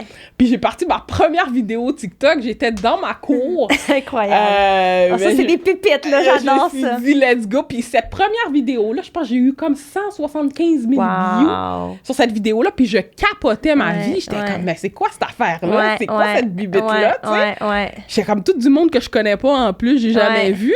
Mais je pense que c'est ça. C'est que j'ai ce côté-là où ce que les gens sont comme, OK, si Marsha ne me connaît pas puis elle est capable de me dire la vérité direct, tout de suite, parce que c'est un peu ça mes vidéos, là, c'est du franc-parler, je pense que c'est cette personne-là que je veux, parce que si je veux acheter une propriété ou vendre, elle va me dire tout de suite qu'est-ce qui est le mieux pour moi. Surtout que moi, quand j'ai acheté, petite histoire, quand j'ai acheté mon premier duplex avec mon frère à 25 ans, j'avais un courtier immobilier, il était bon, il était très bon, mais il était... comme tous les autres courtiers. Ben oui. Tu comprends? Puis dans l'industrie où ce que je suis, c'est beaucoup ça. Ouais. T'sais... Je travaille avec des courtiers. On peut-tu faire une petite parenthèse avant que tu poses la question sur les chiffres, là? Je travaille avec une boîte de courtiers immobiliers. Ils sont à Sainte-Agathe-des-Monts, dans les Laurentides, proche de Mont-Tremblant. Puis, tu sais, quand je les ai approchés, puis on avait tout commencé la stratégie, puis je faisais des recherches, j'écoutais le contenu des courtiers immobiliers, puis j'étais comme... Mais c'est donc ben boring. Ben oui. Les meilleurs que j'ai trouvés, là. Premièrement, il y en avait, là, que je peux les compter sur une main. Puis j'étais comme, il y a vraiment de quoi qui manque. Puis j'étais comme, vraiment. Ça n'a pas de sens comment c'est tout pareil. Puis tu sais, je capotais. Quand eux, je leur étais arrivée avec une approche où j'étais comme, on va tout faire, sauf comme les courtiers. J'étais comme, on va rire des courtiers. Ouais. Vous allez des courtiers qui rient des courtiers. Vous allez pas vous prendre au sérieux. On va vous créer des personnages, puis comme vous allez être 100% assumé là-dedans. Fait que, tu sais, ce qu'on fait, là, des fois, ça n'a aucun rapport avec le... J'étais comme, on fera pas des... Parce que les courtiers, même sur TikTok, là... Toi, t'es très bonne sur TikTok, en passant. Mais il y en a plein que c'est douteux, là, tu sais, ce que je vois, puis ils ont tous le même style, puis beaucoup des hommes, puis tu sais, c'est très gros gel dans les cheveux, la chemise, puis effectivement. M'a te montrer comment ça marche l'immobilier, tu sais, mais... Pourquoi, tu sais? Tu peux pas juste être cool puis nice. Puis finir toujours par parler du même sujet aussi, tu sais. Fait que moi, c'était comme un peu cette approche-là que je voulais enlever. Parce que de toute façon, je suis pas comme ça. Ouais, exact. Fait que j'étais comme, j'ai amené une autre approche. Autant je peux parler d'immobilier que des fois, je vais parler d'hypothèque, que des fois, je vais parler de développement personnel, que des fois, je vais parler d'un vécu de mon client. Peu importe. Tu comprends? On s'en fout. Tu sais? Mais, et honnêtement, c'est ça que je trouve plate aussi dans l'industrie, vraiment, là. Tu sais, c'est comme vraiment fesses serrées, puis lâche la belle petite chemise, puis... Mais quand je suis arrivée à ce bureau-là de courtier, l'équipe Fred Fortier, je vais les nommer, parce que je les aime vraiment, tu sais, je suis arrivée là-bas, première rencontre que j'ai, puis là, je suis pas tout de suite la vibe, là. Il y en a une couple qui sont genre en Vans. Tu sais, il y a genre un longboard qui traîne. Là, je suis comme, OK, je suis pas dans un bureau de courtier classique comme j'avais déjà vu. Il y en a pas un en chemise, ils sont toutes comme assez YOLO, tu sais. Puis je suis comme, t'es assez à garde des mots, là. Je commence à jaser un peu de ce qu'ils font, puis je regarde comment ils interagissent entre eux, puis les jokes qu'ils se font, puis je suis comme, OK, ici, je peux faire de quoi de différent. Là. Puis là, quand ils m'ont dit, on veut être notre seul objectif, tu sais, parce que normalement, on a des objectifs très précis, elle me dit, la seule objectif, c'est qu'on veut faire des choses différemment. Puis on veut être connu comme étant des courtiers qui font des choses bizarres. Puis différemment. Puis on veut être drôle. Puis j'étais comme, si tu me pars sur cette ligne-là, j'étais comme, watch out, tu sais. Puis mais j'étais emballée parce que j'étais comme, c'est le genre d'approche que tu veux. Puis en faisant mes recherches, j'étais comme, ils font bien de penser comme ça parce que c'est difficile dans l'industrie des courtiers c'est tough, là. Courtier immobilier, courtier hypothécaire. Mais l'hypothèque, c'est... Tu sais, comme... J'ai des courtiers hypothécaires aussi. C'est trois hypothèques. Je sais pas si tu connais. Ils sont à Montréal. C'est trois hypothèques. Attends, oui, je pense que je les ai vus. Ben, c'est des gars, là. Oui, c'est trois gars. C'est que des gars. Je les ai vus. Petit branding brun avec le petit C3. C'est top. Très cool. Fait que c'est moi qui s'occupe d'eux autres. Puis... Tu vois, eux, quand je faisais mes recherches dans le milieu des courtiers hypothécaires, j'avais pas le même feeling qu'avec les courtiers immobiliers. J'étais comme, premièrement, il y en a moins de courtiers hypothécaires sur les réseaux sociaux. Il y en a comme 10 fois moins que des courtiers immobiliers. Il y en a pas beaucoup qui sont sur TikTok encore. J'étais comme... J'ai dit, si vous êtes capable de montrer votre visage, puis d'éduquer les gens, puis chanter, mettons, dans les recherches des consommateurs, chez les courtiers immobiliers, les gens, la vision des courtiers, puis ce qui revenait beaucoup dans les recherches, c'est que les gens sont très au courant de ce que ça fait un courtier immobilier. Ils n'ont pas besoin de savoir ce que tu fais. Ils savent pourquoi ils vont vers toi. Mais les courtiers hypothécaires, étonnamment, ce que je lisais dans les recherches, c'est qu'il y a beaucoup de questionnements par rapport à l'hypothèque versus dans le milieu de l'immobilier ou des courtiers immobiliers. Fait j'étais comme avec eux, tu vois, puis je leur ai proposé une approche. Je lui ai dit, je pense qu'il faut que vous soyez dans une approche plus éducative, d'expliquer des termes, des trucs plus techniques. Puis j'ai dit, si vous êtes game, je vous fous devant une cam, je vous mets un micro, puis on fait des vidéos éducatives. Mais pas engagé pour ça, là. Mais là, quand je leur ai dit ça, mais c'est trop, ils n'auraient jamais fait ça d'eux-mêmes, là, mais ils ont accepté, ils ont été all-in dans l'idée. Puis maintenant, ils ne regrettent pas. Puis ils ont eu la vidéo, le compte TikTok, maintenant, c'est plus difficile d'augmenter là, versus avant, mais ils augmentent tranquillement, mais ils ont déjà eu des retombées. Il y a une vidéo qui a bien fonctionné, puis ils ont eu, 5 leads qui venaient de plein de places différentes. Fait que, tu sais, bref, chaque secteur doit avoir une approche différente. T'as pas le choix. Les deux, c'est ça, mes deux, mais du côté courtier immobilier, courtier hypothécaire, tu vois, c'est vraiment différent. Même quand eux, ils se connaissent pas, deux entreprises qui se connaissent pas, ils ont vu le contenu de l'un puis de l'autre. Ils étaient comme, mais c'est donc bien différent, tu sais. Puis j'étais comme, parce que on peut pas approcher ça de la même façon. Mais aussi, c'est une question de personnalité, tu comprends? C'est pour ça que je te disais, courtier immobilier, courtier hypothécaire, c'est tough, d'une part, de faire notre place. Fait que quand tu arrives avec ta propre personnalité, tu la mets de l'avant, puis que tu es là pour les bonnes raisons, c'est genre... C'est fou, là. Moi, il y en a un que j'aime beaucoup son contenu, je capote dessus, puis c'est même à cause de lui que j'ai pogné mon gars qui fait mes caméramans, c'est PC Jolicoeur. Lui, c'est quelque chose, tu comprends?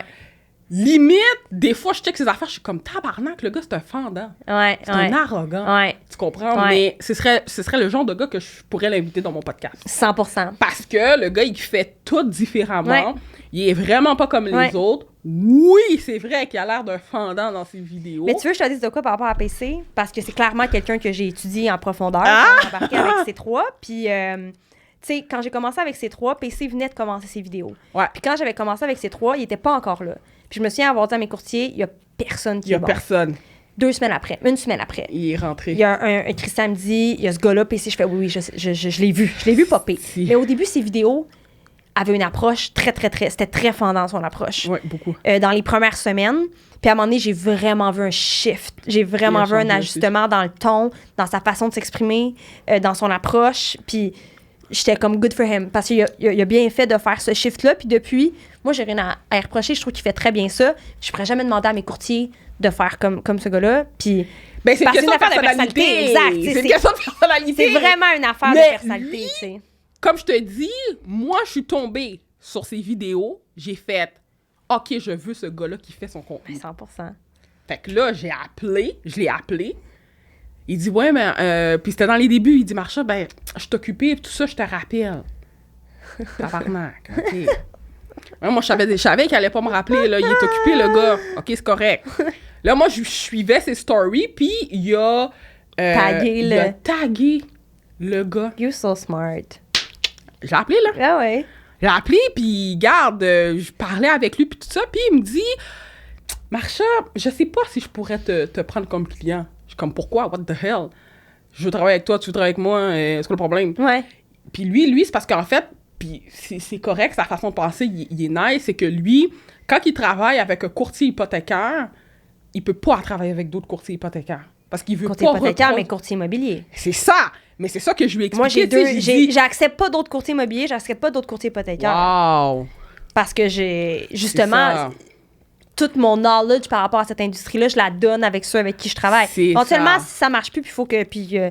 mettre à la porte, elle le sait pas, je parle le contrat, je pourrais m'en reprendre d'autres, puis je reprendrais tout ce knowledge-là, puis je leur donnerais, mais oui, parce que c'est parce que lui, ça dépend. Est-ce qu'il fait juste du montage ou est-ce que c'est un stratège ou il fait juste de la vidéo?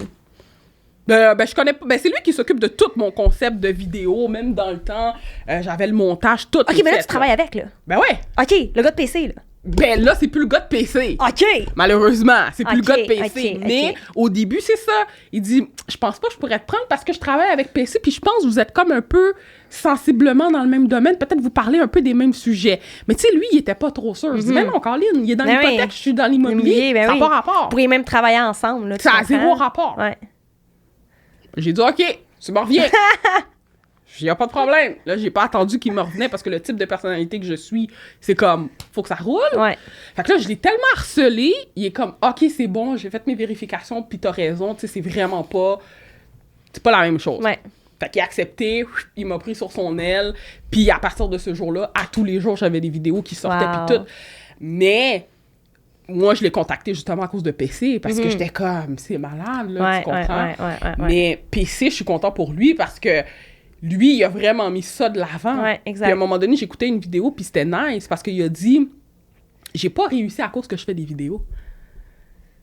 C'est pas parce que tu fais des vidéos nécessairement tu vas réussir. Non, 100%. C'est le contenu, mon type de personnalité, c'est quoi que je dégage. Il est généreux dans son contenu aussi. Il y a beaucoup d'entreprises, des fois, qui vont me dire... mais non, mais je peux pas dire ça. Puis je suis comme, pourquoi tu pourrais pas dire ça? Je suis ton client, c'est-tu pertinent pour lui? Oui, bon, ben, il faut que tu le dises. Exact. Souvent, il y a beaucoup d'entreprises, c'est comme, faut pas que je le dise. Pourquoi faut pas que tu le dises? Je suis comme, si c'est pas toi qui le dis, il y a quelqu'un d'autre qui va le dire. Qui va le faire, exact. Puis c'est lui qui va être engagé à la fin de la journée, pas toi. T'sais. Exact. Ouais, non. Mais c'est parce que j'ai comme un peu l'impression qu'il y a des entreprises qui sont comme, si je donne trop d'informations, il va peut-être vouloir aller faire ses affaires de son côté, il viendra pas me voir. Bullshit, ça. Mais ça a zéro rapport, tu comprends? Non. C'est comme, je te donne l'information, puis après ça, tu verras qu'est-ce que tu fais. Si tu décides de me choisir, tant mieux. Si tu le fais pas, ben tant pis pour toi, t'as perdu. Puis l'ensemble de l'œuvre, de ce que toute personne sur les réseaux sociaux fait en termes de contenu, là, le bigger picture, la seule personne qui le voit, c'est toi. Ouais. Les gens qui visionnent ton contenu vont seulement voir une partie de ce bigger picture-là. C'est vrai. Puis l'idée du bigger picture, c'est justement que chaque vidéo qui sort ait un purpose par rapport à ce bigger picture-là, mais il faut que tu prennes en considération que les gens qui vont visualiser ton contenu, no way qu'ils vont regarder chaque pièce de contenu, puis qu'ils vont s'avoir pris des notes sur tout. Tu sais, sur TikTok, t'es juste inspiré parce que tu vois une vidéo, puis tu fais « Ah, c'est dommage intéressant », tu le saves. Ça se peut que la personne, elle ne save plus jamais ta vidéo. C'est vrai. C'est juste qu'à un moment donné, elle l'a vu, puis ça se peut qu'à un moment donné, dans 3 ans plus tard, elle cherche un courtier, puis elle dit « Il me semble que j'avais sauvegardé une vidéo à un moment donné d'un courtier, tu sais, qui était bon, puis là, il va aller revoir dans ses sauvegardés, il va trouver cette vidéo-là. » Fait que, tu sais, c'est ça aussi qui est touché avec les réseaux sociaux, c'est que c'est très organique, c'est le terme de la journée, mais ça se fait très... c'est difficile d'avoir des preuves, puis que ça soit 1 + 1 fait 2. Là. Souvent, c'est une présence constante. Qui va aider. Ouais, une approche qui fait du sens. Par exemple, PC, même toi, vous avez des approches qui sont constantes, toujours pareilles, dans le même cadre. Fait que quand on voit votre contenu, on s'attend à une chose, puis on est servi. Ouais. Souvent, les entrepreneurs sont un peu...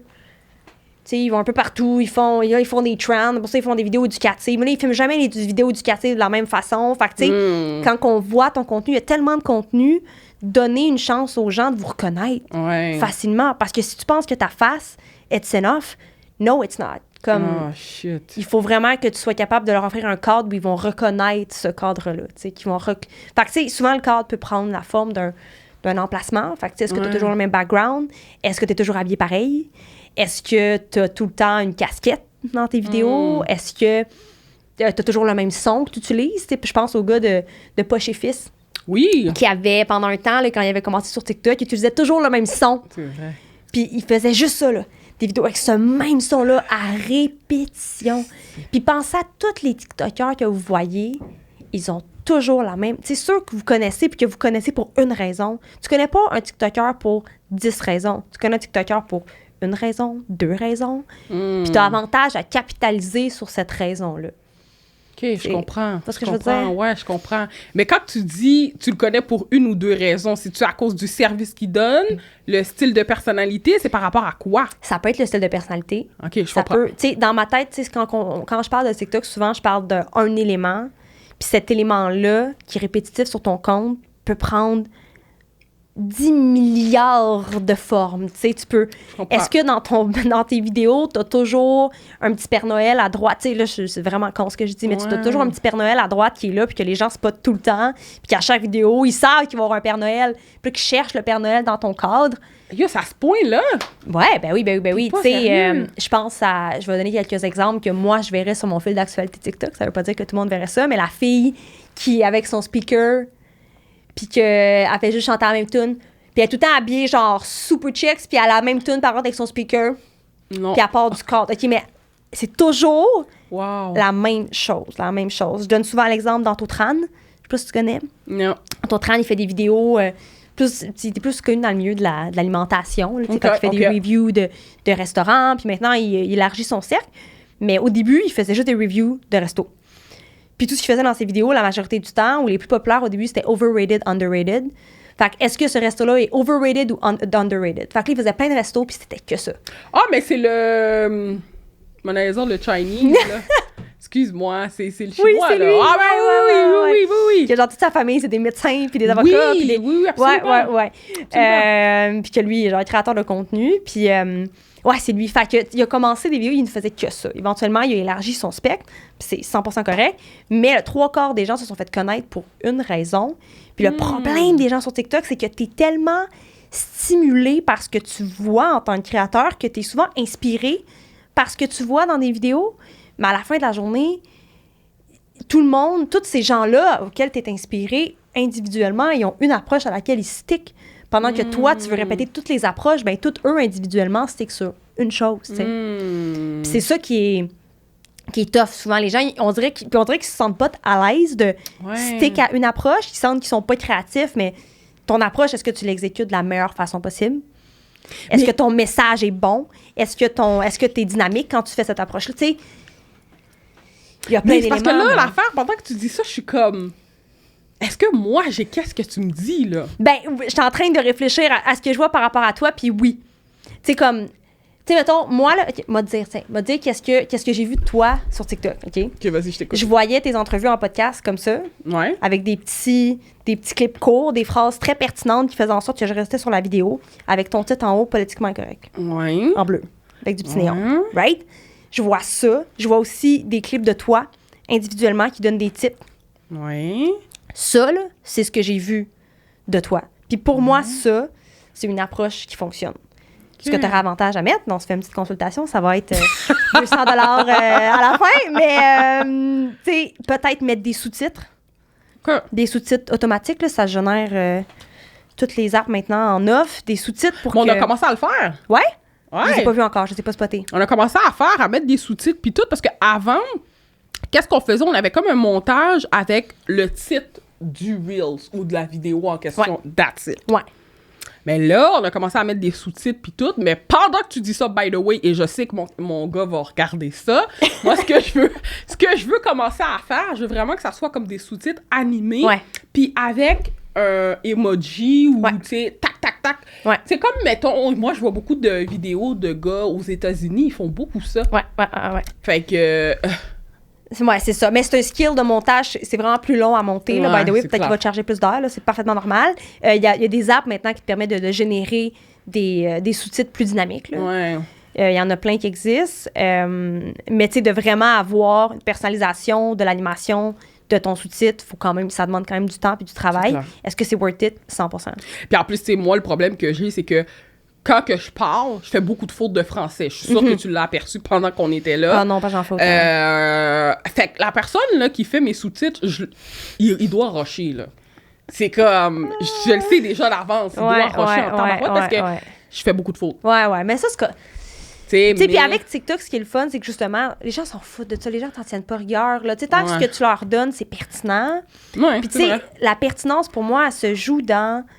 Tu sais, les commentaires que les gens te laissent. Tu sais, moi, je suis une gestionnaire de réseaux sociaux, une gestionnaire de communauté. Ouais. J'accorde beaucoup d'importance aux commentaires, à la façon dont les entreprises répondent, à l'interaction qu'il y a entre les entreprises puis leur communauté. Puis c'est beaucoup ça que je regarde, même quand je fais des recherches avant de travailler avec un client. Donc, on commence à faire du contenu. C'est beaucoup ça que je vais regarder. Tu sais, PC, je regardais qu'est-ce que les gens disaient en commentaire. Je regardais comment lui répondait, s'il répondait. Ouais, il n'y a pas le temps. Non, pas nécessairement le temps, mais ça, c'est correct.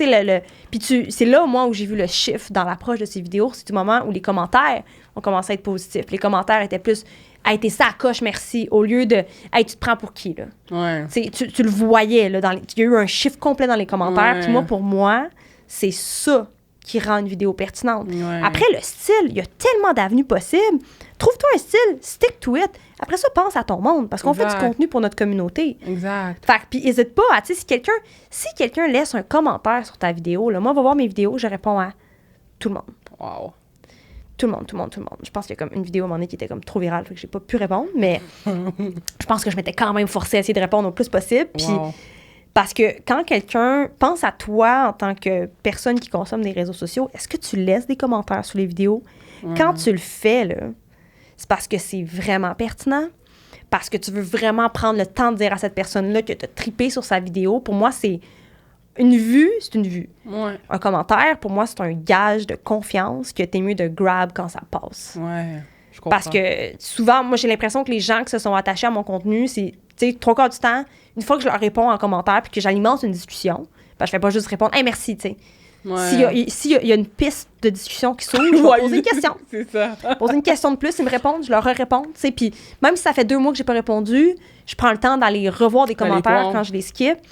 Puis j'alimente cette discussion-là, puis je le fais avec tous mes clients. Moi, dès que mes clients ont des commentaires, je capote, là, tu sais, puis je suis comme, qu'est-ce qu'ils disent? C'est quoi l'approche? C'est quoi qu'ils disent? C'est comme... C'est super important parce qu'au bout de la ligne, tu fais du contenu pour ces gens-là. Puis ces gens-là, c'est tes meilleurs ambassadeurs. Absolument. Parce que l'effet que tu peux avoir sur cette personne-là, sur son réseau à elle, puis tu sais jamais à qui répond. Ouais. Tu sais jamais à qui tu parles quand ils écrivent un commentaire positif. C'est vrai. Parles-tu à un PDG de compagnie? Parles-tu à la fille d'un PDG de compagnie? Tu sais? Ouais, c'est vrai. Comme, c'est vrai. Tu sais jamais. Fait que, tu sais, pour moi, le contenu, c'est beaucoup plus que juste le style du rendu. Ouais. C'est tout ce qui se passe dans ta boîte de messagerie, dans tes commentaires, dans tes interactions. Fait que... Puis toi, mettons, c'est quoi que tu donnerais comme conseil, mettons, quelqu'un qui a une business puis que il voudrait partir sa business sur les réseaux sociaux, se faire connaître. Ouais. OK, mettre l'accent là-dessus, de dire, moi, je vais être sur TikTok. Puis moi, honnêtement, ça roulait mes affaires, mais TikTok m'a fait exploser littéralement, là. Fait que c'est possible. Ouais. Fait que c'est quoi le gros conseil que tu pourrais dire à quelqu'un, là, qui vient de commencer, il vient de partir son entreprise, peu importe dans quel domaine. Ouais. Puis il dit, ben OK, ça a l'air de marcher sur TikTok. J'ai entendu Marsha dans son podcast le dire. Puis, OK, moi, je vais m'en commencer sur TikTok. Ouais. C'est quoi le conseil que tu pourrais dire à cette personne-là? Les gens sous-estiment le pouvoir de simplement être visible. Ouais. Parce que juste être visible, c'est un avantage que tu as sur les autres. Pas d'être populaire.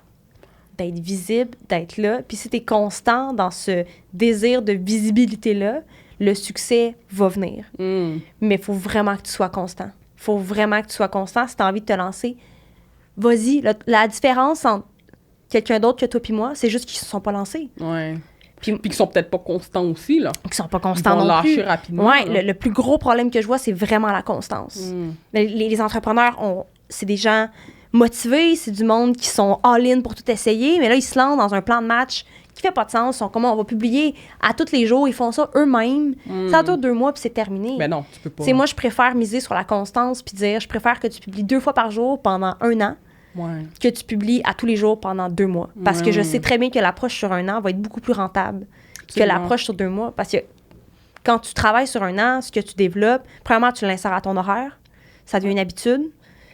Ton cerveau a le temps de cheminer là-dedans parce que faire du contenu, puis tu sais, être gestionnaire des réseaux sociaux, c'est un métier.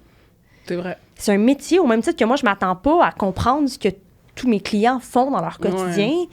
Ils m'engagent parce que justement, moi, c'est ça que je fais, mais tu sais, moi, je dis souvent aux entrepreneurs, wow, là, tu sais, soyez doux, là, tu sais, comme, comprenez que vous ne pouvez pas tout savoir en dedans de 2 mois, tu sais, des fois, les entrepreneurs, souvent, ils se fâchent parce qu'ils comprennent pas, tu sais, puis je suis comme, c'est pas ta job, tu sais, ma job à moi, c'est de comprendre tout ça, mais ça m'a pris des années, puis j'ai été dans la merde souvent, là, pour comprendre tout ce que je sais aujourd'hui, mais en te laissant 1 an, ça te laisse le temps de bien apprivoiser les réseaux sociaux, de l'insérer dans ton quotidien. Puis ça, c'est tous des éléments qui n'ont aucun rapport avec la performance, là. C'est juste que c'est des éléments qui font en sorte qu'en tant qu'entreprise, tu peux finir par avoir une présence qui est pertinente. Puis quand ça fait 1 an que tu es là, puis qu'en plus, tu as sûrement vu des résultats, parce qu'il y a de fortes chances que tu vois des résultats après 1 an, tu vas avoir envie de plus investir, tu vas avoir envie de t'engager un monteur, parce que je pense pas que c'est tout le monde qui se dit « let's go, je me lance à 100%. » Il y a beaucoup de gens que ça les stresse, parce que ça les angoisse. Là, ils ont peur de gérer le backlash de messages. Ils sont comme « mais j'ai pas la main-d'œuvre pour faire ça. » Fait que, tu sais, soyez pas obligés de commencer en débile. Là. Faites juste commencer.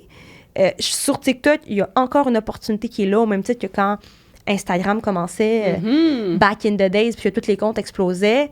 TikTok est encore dans cette croissance-là, va finir assurément par descendre. Puis même ceux qui commencent, ou tu sais, ceux qui ont commencé il y a 1 an, versus ceux qui commencent maintenant, tu sais, mettons, toi, ton reach de beaucoup d'abonnés, ça doit faire longtemps que tu es allé le chercher, puis depuis, tu stagnes un petit peu. Moi, c'est ce qui est arrivé dans mon cas, puis c'est normal de stagner, puis c'est normal que... Mais moi, je me demande ça aussi. Pourquoi, Colin, ça augmente pas, là? Parce que là, ça... Mais parce qu'il y a plus d'abonnés. Il y a de plus en plus d'utilisateurs, il y a de plus en plus de comptes qui se créent des comptes. Fait que le flux de disponibilité dans ton fil... Tu sais, comme même avec Instagram, pendant un temps, on a eu un moment où il y avait un queue pour rentrer sur le fil d'actualité, une liste d'attente. Il y avait de l'attente avant de pouvoir atterrir sur le feed.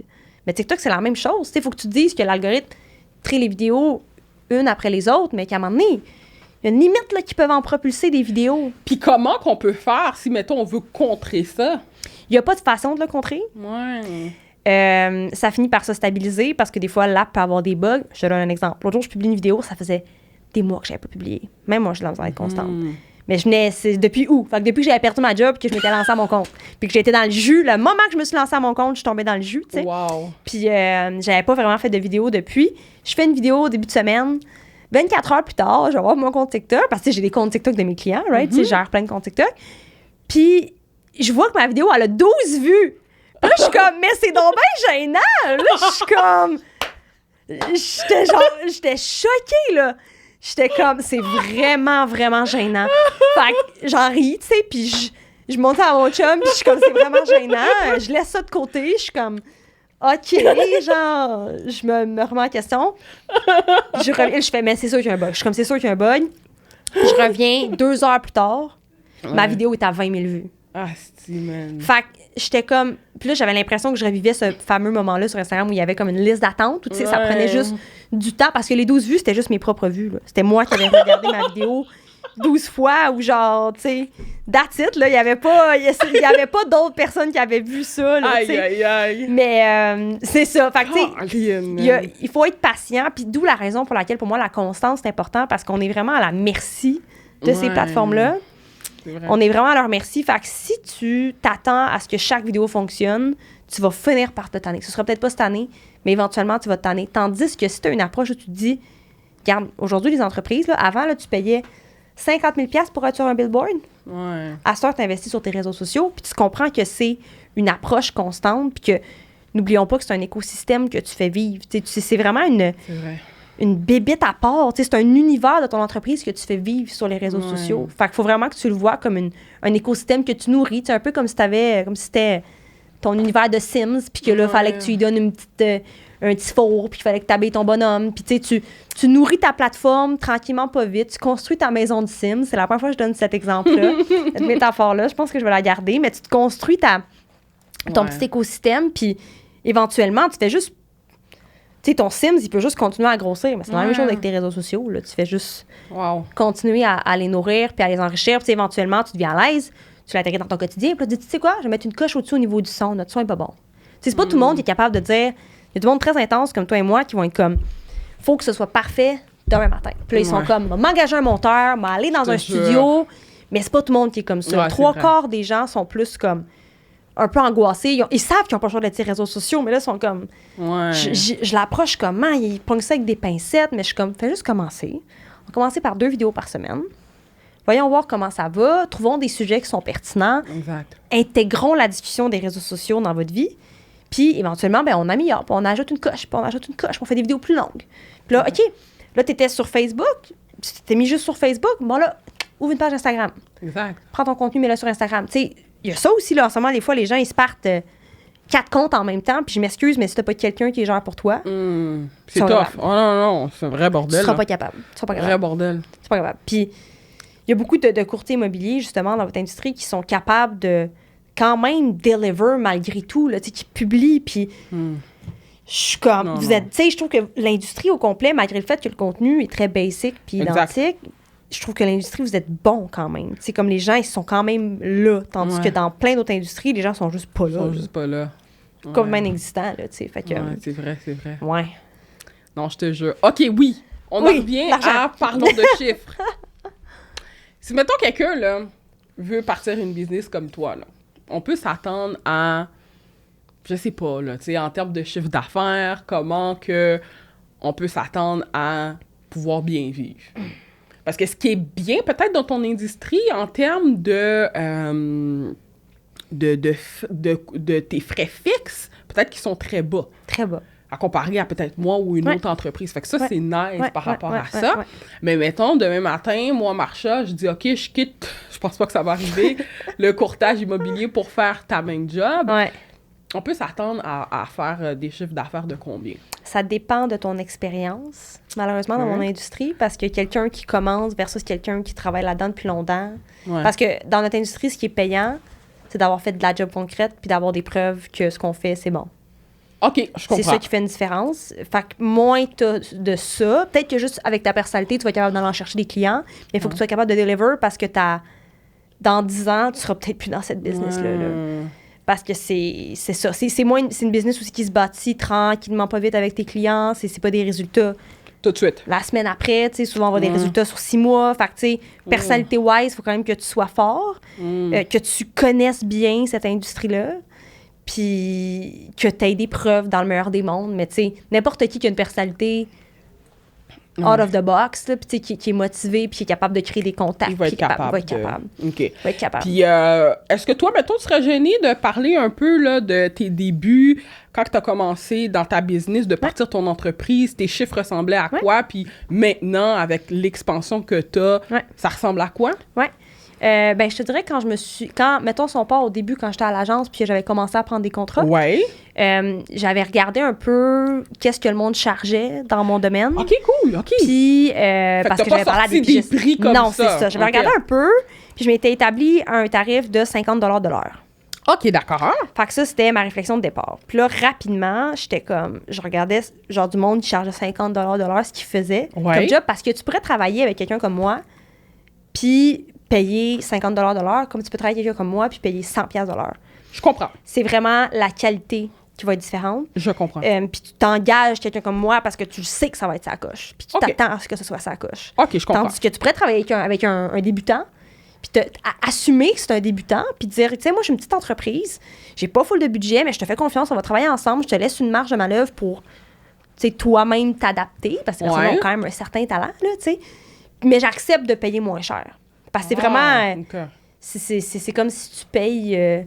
je sais pas, là, c'est vraiment un mauvais exemple d'épicerie, mais c'est comme si tu payes du no-name au lieu de payer pour une marque. Je comprends. Dans l'épicerie. Fait que, tu sais, c'est un peu le même principe dans notre domaine. Fait que quand j'ai commencé, je chargeais à peu près 50 $ de l'heure, puis j'étais comme... Je trouvais ça déjà très bon, tu sais. J'étais pas payé ça dans les agences. Fait que je me disais... Nice, c'est bon.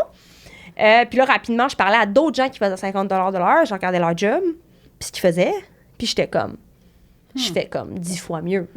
Wow. Puis c'était vraiment... C'était sans me prendre pour une autre. Là, ce que je faisais, c'était juste vraiment mieux. J'ai réalisé que j'avais vraiment des skills que peu de gestionnaires de réseaux sociaux avaient.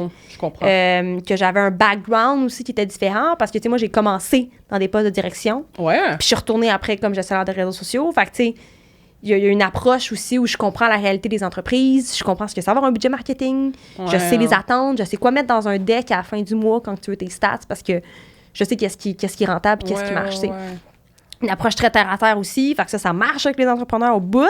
C'est vrai. Fait que personnalité-wise, skills-wise, j'étais comme, j'ai quelque chose que le 3/4 des gens dans mon domaine n'ont pas. Non pas. Fait que rapidement, j'ai scaled, je suis tombée à 60. OK. Après ça, 70, 80. Okay. 90, puis là, je suis entre comme 90 puis 120 $ de l'heure à peu près. OK. Mais là, ça veut dire que si, mettons, un entrepreneur t'appelle pour dire, écoute, gère mes réseaux sociaux pendant un temps indéterminé, mettons, je te donne un mandat pour 3 mois, 6 mois, tu vas le charger de l'heure ou tu vas vraiment lui faire une facture puis que tu lui envoies ça, c'est ça le contrat. Une autre différence dans mon industrie, c'est qu'il y a des gens qui vont charger à l'heure parce qu'ils se font engager pour des mandats précis. Fait que souvent, par exemple, si je travaille avec une directrice artistique, bon, ben, eux fonctionnent à petits contrats. Fait que c'est un petit mandat de 10 heures pour que tu fasses tel truc dans ma présentation, pour que tu montes X nombre de templates. Fait que je charge à l'heure. Moi, comme les réseaux sociaux, c'est 24/7. Oui. Comme ma créativité n'arrête jamais. 3/4 du temps, tu sais, je vois un TikTok le soir à 9h, si c'est bon pour mes courtiers, je l'enregistre, je me marque l'idée, tu sais, ça n'arrête jamais dans mon cerveau, jamais. Puis c'est un peu difficile de calculer mes heures parce que des semaines, si je vais voir mes courtiers puis qu'on shoot puis que je trie des vidéos, on va peut-être mettre 15 heures cette semaine-là, la semaine d'après, je mets rien. Mais il y a un bug, OK, les plateformes, parce que les plateformes bug souvent, je rencontre souvent des problèmes, ça change, mon industrie évolue à tous les jours, il y a des changements à tous les jours. Tu dois le voir même toi, tu sais, mais dans notre quotidien. Moi, c'est mon quotidien. Justement, hier, avec mon chum, il essayait de faire quelque chose, puis il était comme... Non, c'est bien compliqué. Puis j'étais comme, oui, je le sais. J'étais comme, c'est de même. Faut passer par là. Tu sais, faut être broche à foin des fois parce qu'on n'a pas le choix pour avoir le rendu qu'on veut. Fait que, vu que moi, je pense que dans d'autres secteurs créatifs, ils sont capables de charger à l'heure. Moi, je charge au mois. C'est ça. Moi, je charge au mois. Je dis, garde, ça va me prendre, pour un client comme toi, avec tant de contenu par semaine, on est sur X nombre de plateformes, ça va me coûter tant.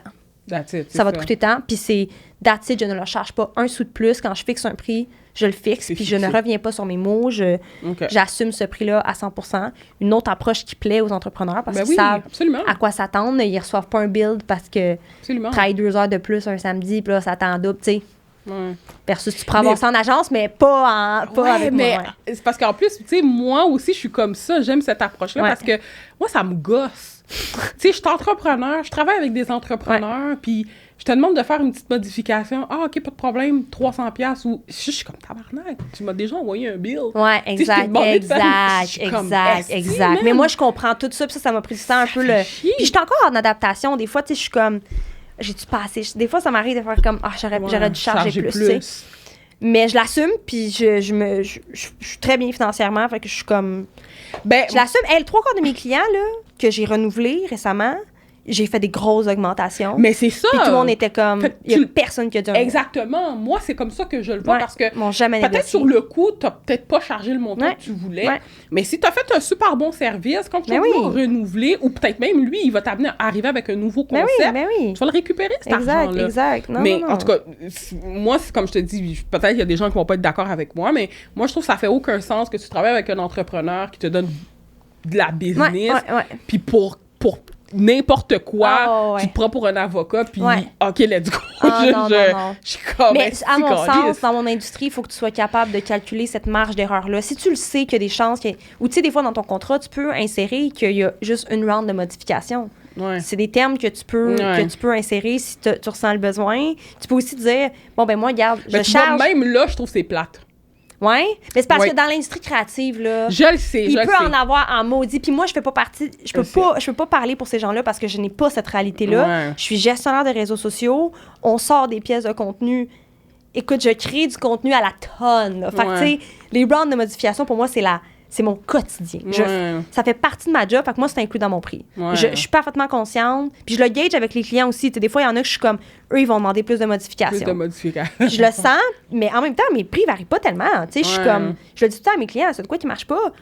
Faut que vous m'appuyez, puis on s'en parle, puis on modifie ça. Puis moi, je m'en fous si vraiment ça marche pas. Là, on retourne à la table à dessin, puis on revient avec un plan de match. Puis je suis super transparente aussi avec mes clients. Je suis vraiment comme, ça, c'était mauvais. Là, comme, tu sais, ce qui est tough avec l'industrie créative, c'est que c'est ton sang, là, tu sais, c'est ton cerveau, c'est ton jus créatif que tu mets sur la table quand tu crées du stock. Puis, des fois, de se faire dire, ouais, mais tu sais, je tripe vraiment pas sa petite ligne, là. Tu sais, il y a du monde que, puis je le vois quotidiennement, là, des directeurs artistiques, par exemple, qui vont être comme, OK, mais tu veux changer quoi de bord, tu sais? Puis je suis comme, réagis pas de même, là. Détache-toi émotionnellement de ce que tu crées parce que... Ben, il y a ça aussi, puis à la fin de la journée, vous ne voulez pas l'entrepreneur, je le comprends, c'est quand même lui qui paye pour un service, c'est son entreprise. Absolument. Donc, moi, ça, là-dessus, je suis full d'accord avec toi. Puis je suis pas attachée émotionnellement à ce que je crée. Je crée vraiment une distance, puis c'est la raison pour laquelle, des fois, ça m'arrive de faire une vidéo, puis là, j'ai mis dans le texte, fuck, là, j'ai mis un R au lieu d'un... Puis là, tu sais, il y a même des fois, ça arrive qu'il y a des entrepreneurs que là... Ils t'appellent, Ouais, ben c'est correct, tout le monde m'appelle, puis c'est correct. Je suis très rapide sur le piton, là. Tu sais, je change les trucs. Même des fois, les gens, ils ont même pas le temps de m'appeler, puis c'est déjà modifié parce que je suis vraiment à mes shit, là. Mais, tu sais, ça arrive des fois, tu sais, qu'il y a des erreurs, puis ça m'est déjà arrivé qu'il y a des employés, des entreprises qui m'écrivent, puis tu sais, je les connais pas en tout, là. Mais ils savent que c'est moi qui fais les réseaux sociaux, puis là, ils m'écrivent sur Instagram, ils me DM, excuse, parce qu'il y a une faute. Mais moi, je m'en fous, là. Je suis aucunement attachée. À un moment donné, je m'étais presque pognée avec une fille parce qu'elle était comme, j'en reviens pas, genre qu'il y a une faute. Puis j'étais comme, écoute, au nombre de contenus que je sors dans une journée, il y a une faute. Tout ce que je peux te dire, c'est qu'on va trouver des meilleurs systèmes pour que ça réarrive plus. Mais quand j'ai fait copier-coller, j'ai copié-collé le mauvais. Puis tu sais, les réseaux sociaux, c'est quand même de la manipulation humaine. C'est quand même moi qui gère. Il n'y a pas d'intelligence artificielle qui fait la job à ma place. Fait que, mais j'ai pas d'attachement. Autant que je mets toute mon âme dans ce que je crée puis dans ce que je fais, dès que c'est fait, je me distance, je regarde les statistiques au final, puis c'est ça puis la réponse de la communauté, ça c'est mon plus gros concern. Puis est-ce que toi, tu donnes tu garantis à tes entrepreneurs Non. Ce que je leur garantis par contre, c'est que je vais toujours être super franc avec eux sur les raisons si ça marche pas pour lesquelles ça marche pas. OK, parfait. Parce qu'il y a tellement de raisons pour lesquelles ça peut ne pas fonctionner comme ça peut fonctionner. Puis tu sais, l'affaire, c'est que les réseaux sociaux, c'est intangible, c'est difficile de pouvoir te prouver pourquoi est-ce que ça marche pas. Des fois, là, je suis comme, ça va être écœurant.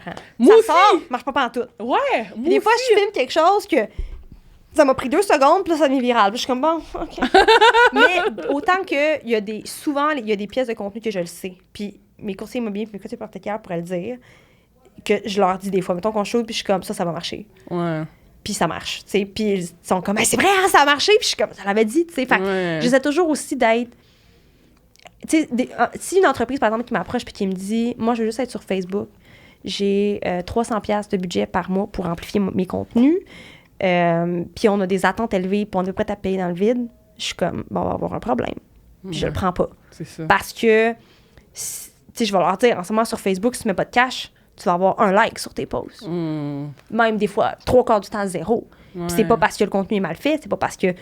C'est juste parce que l'algorithme est fait comme ça. Puis, tu sais, c'est comme ça, les réseaux sociaux. Il faut tout le temps que tu cherches pour the next big thing. Ben, quand tu dis si t'as pas de cash, faudrait que la personne mette combien sur Facebook?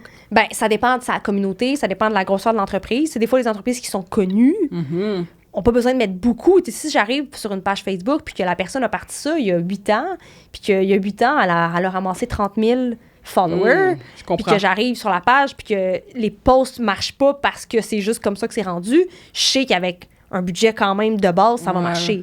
Versus une entreprise qui vient de commencer, là, il faut que tu ailles bâtir littéralement toute ta communauté. Là. Fait que ça va demander beaucoup d'argent, puis je suggérerais pas à une entreprise d'avoir cette approche-là. J'irais plus avec une approche organique. C'est pour ça que j'amène beaucoup de mes clients sur TikTok, parce que je sais qu'ils vont avoir plus de rendement s'ils vont sur TikTok. Puis moi aussi, tu sais...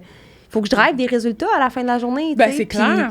Ouais, puis les résultats, c'est vraiment différent d'une business à une autre. Je m'attends pas aux mêmes choses d'une place à une autre. Un exemple super concret, je travaille avec le centre de skiade Clip and Climb. Super belle communauté. Les gens trippent sur ce centre-là. C'est entrepreneurs, géniaux, propriétaires. On est en amour raide. Là. C'est super réciproque, on s'adore. Ils ont une page TikTok qui ont parti pendant la COVID. OK. Qu'est-ce que tu penses qui s'est passé pendant la COVID?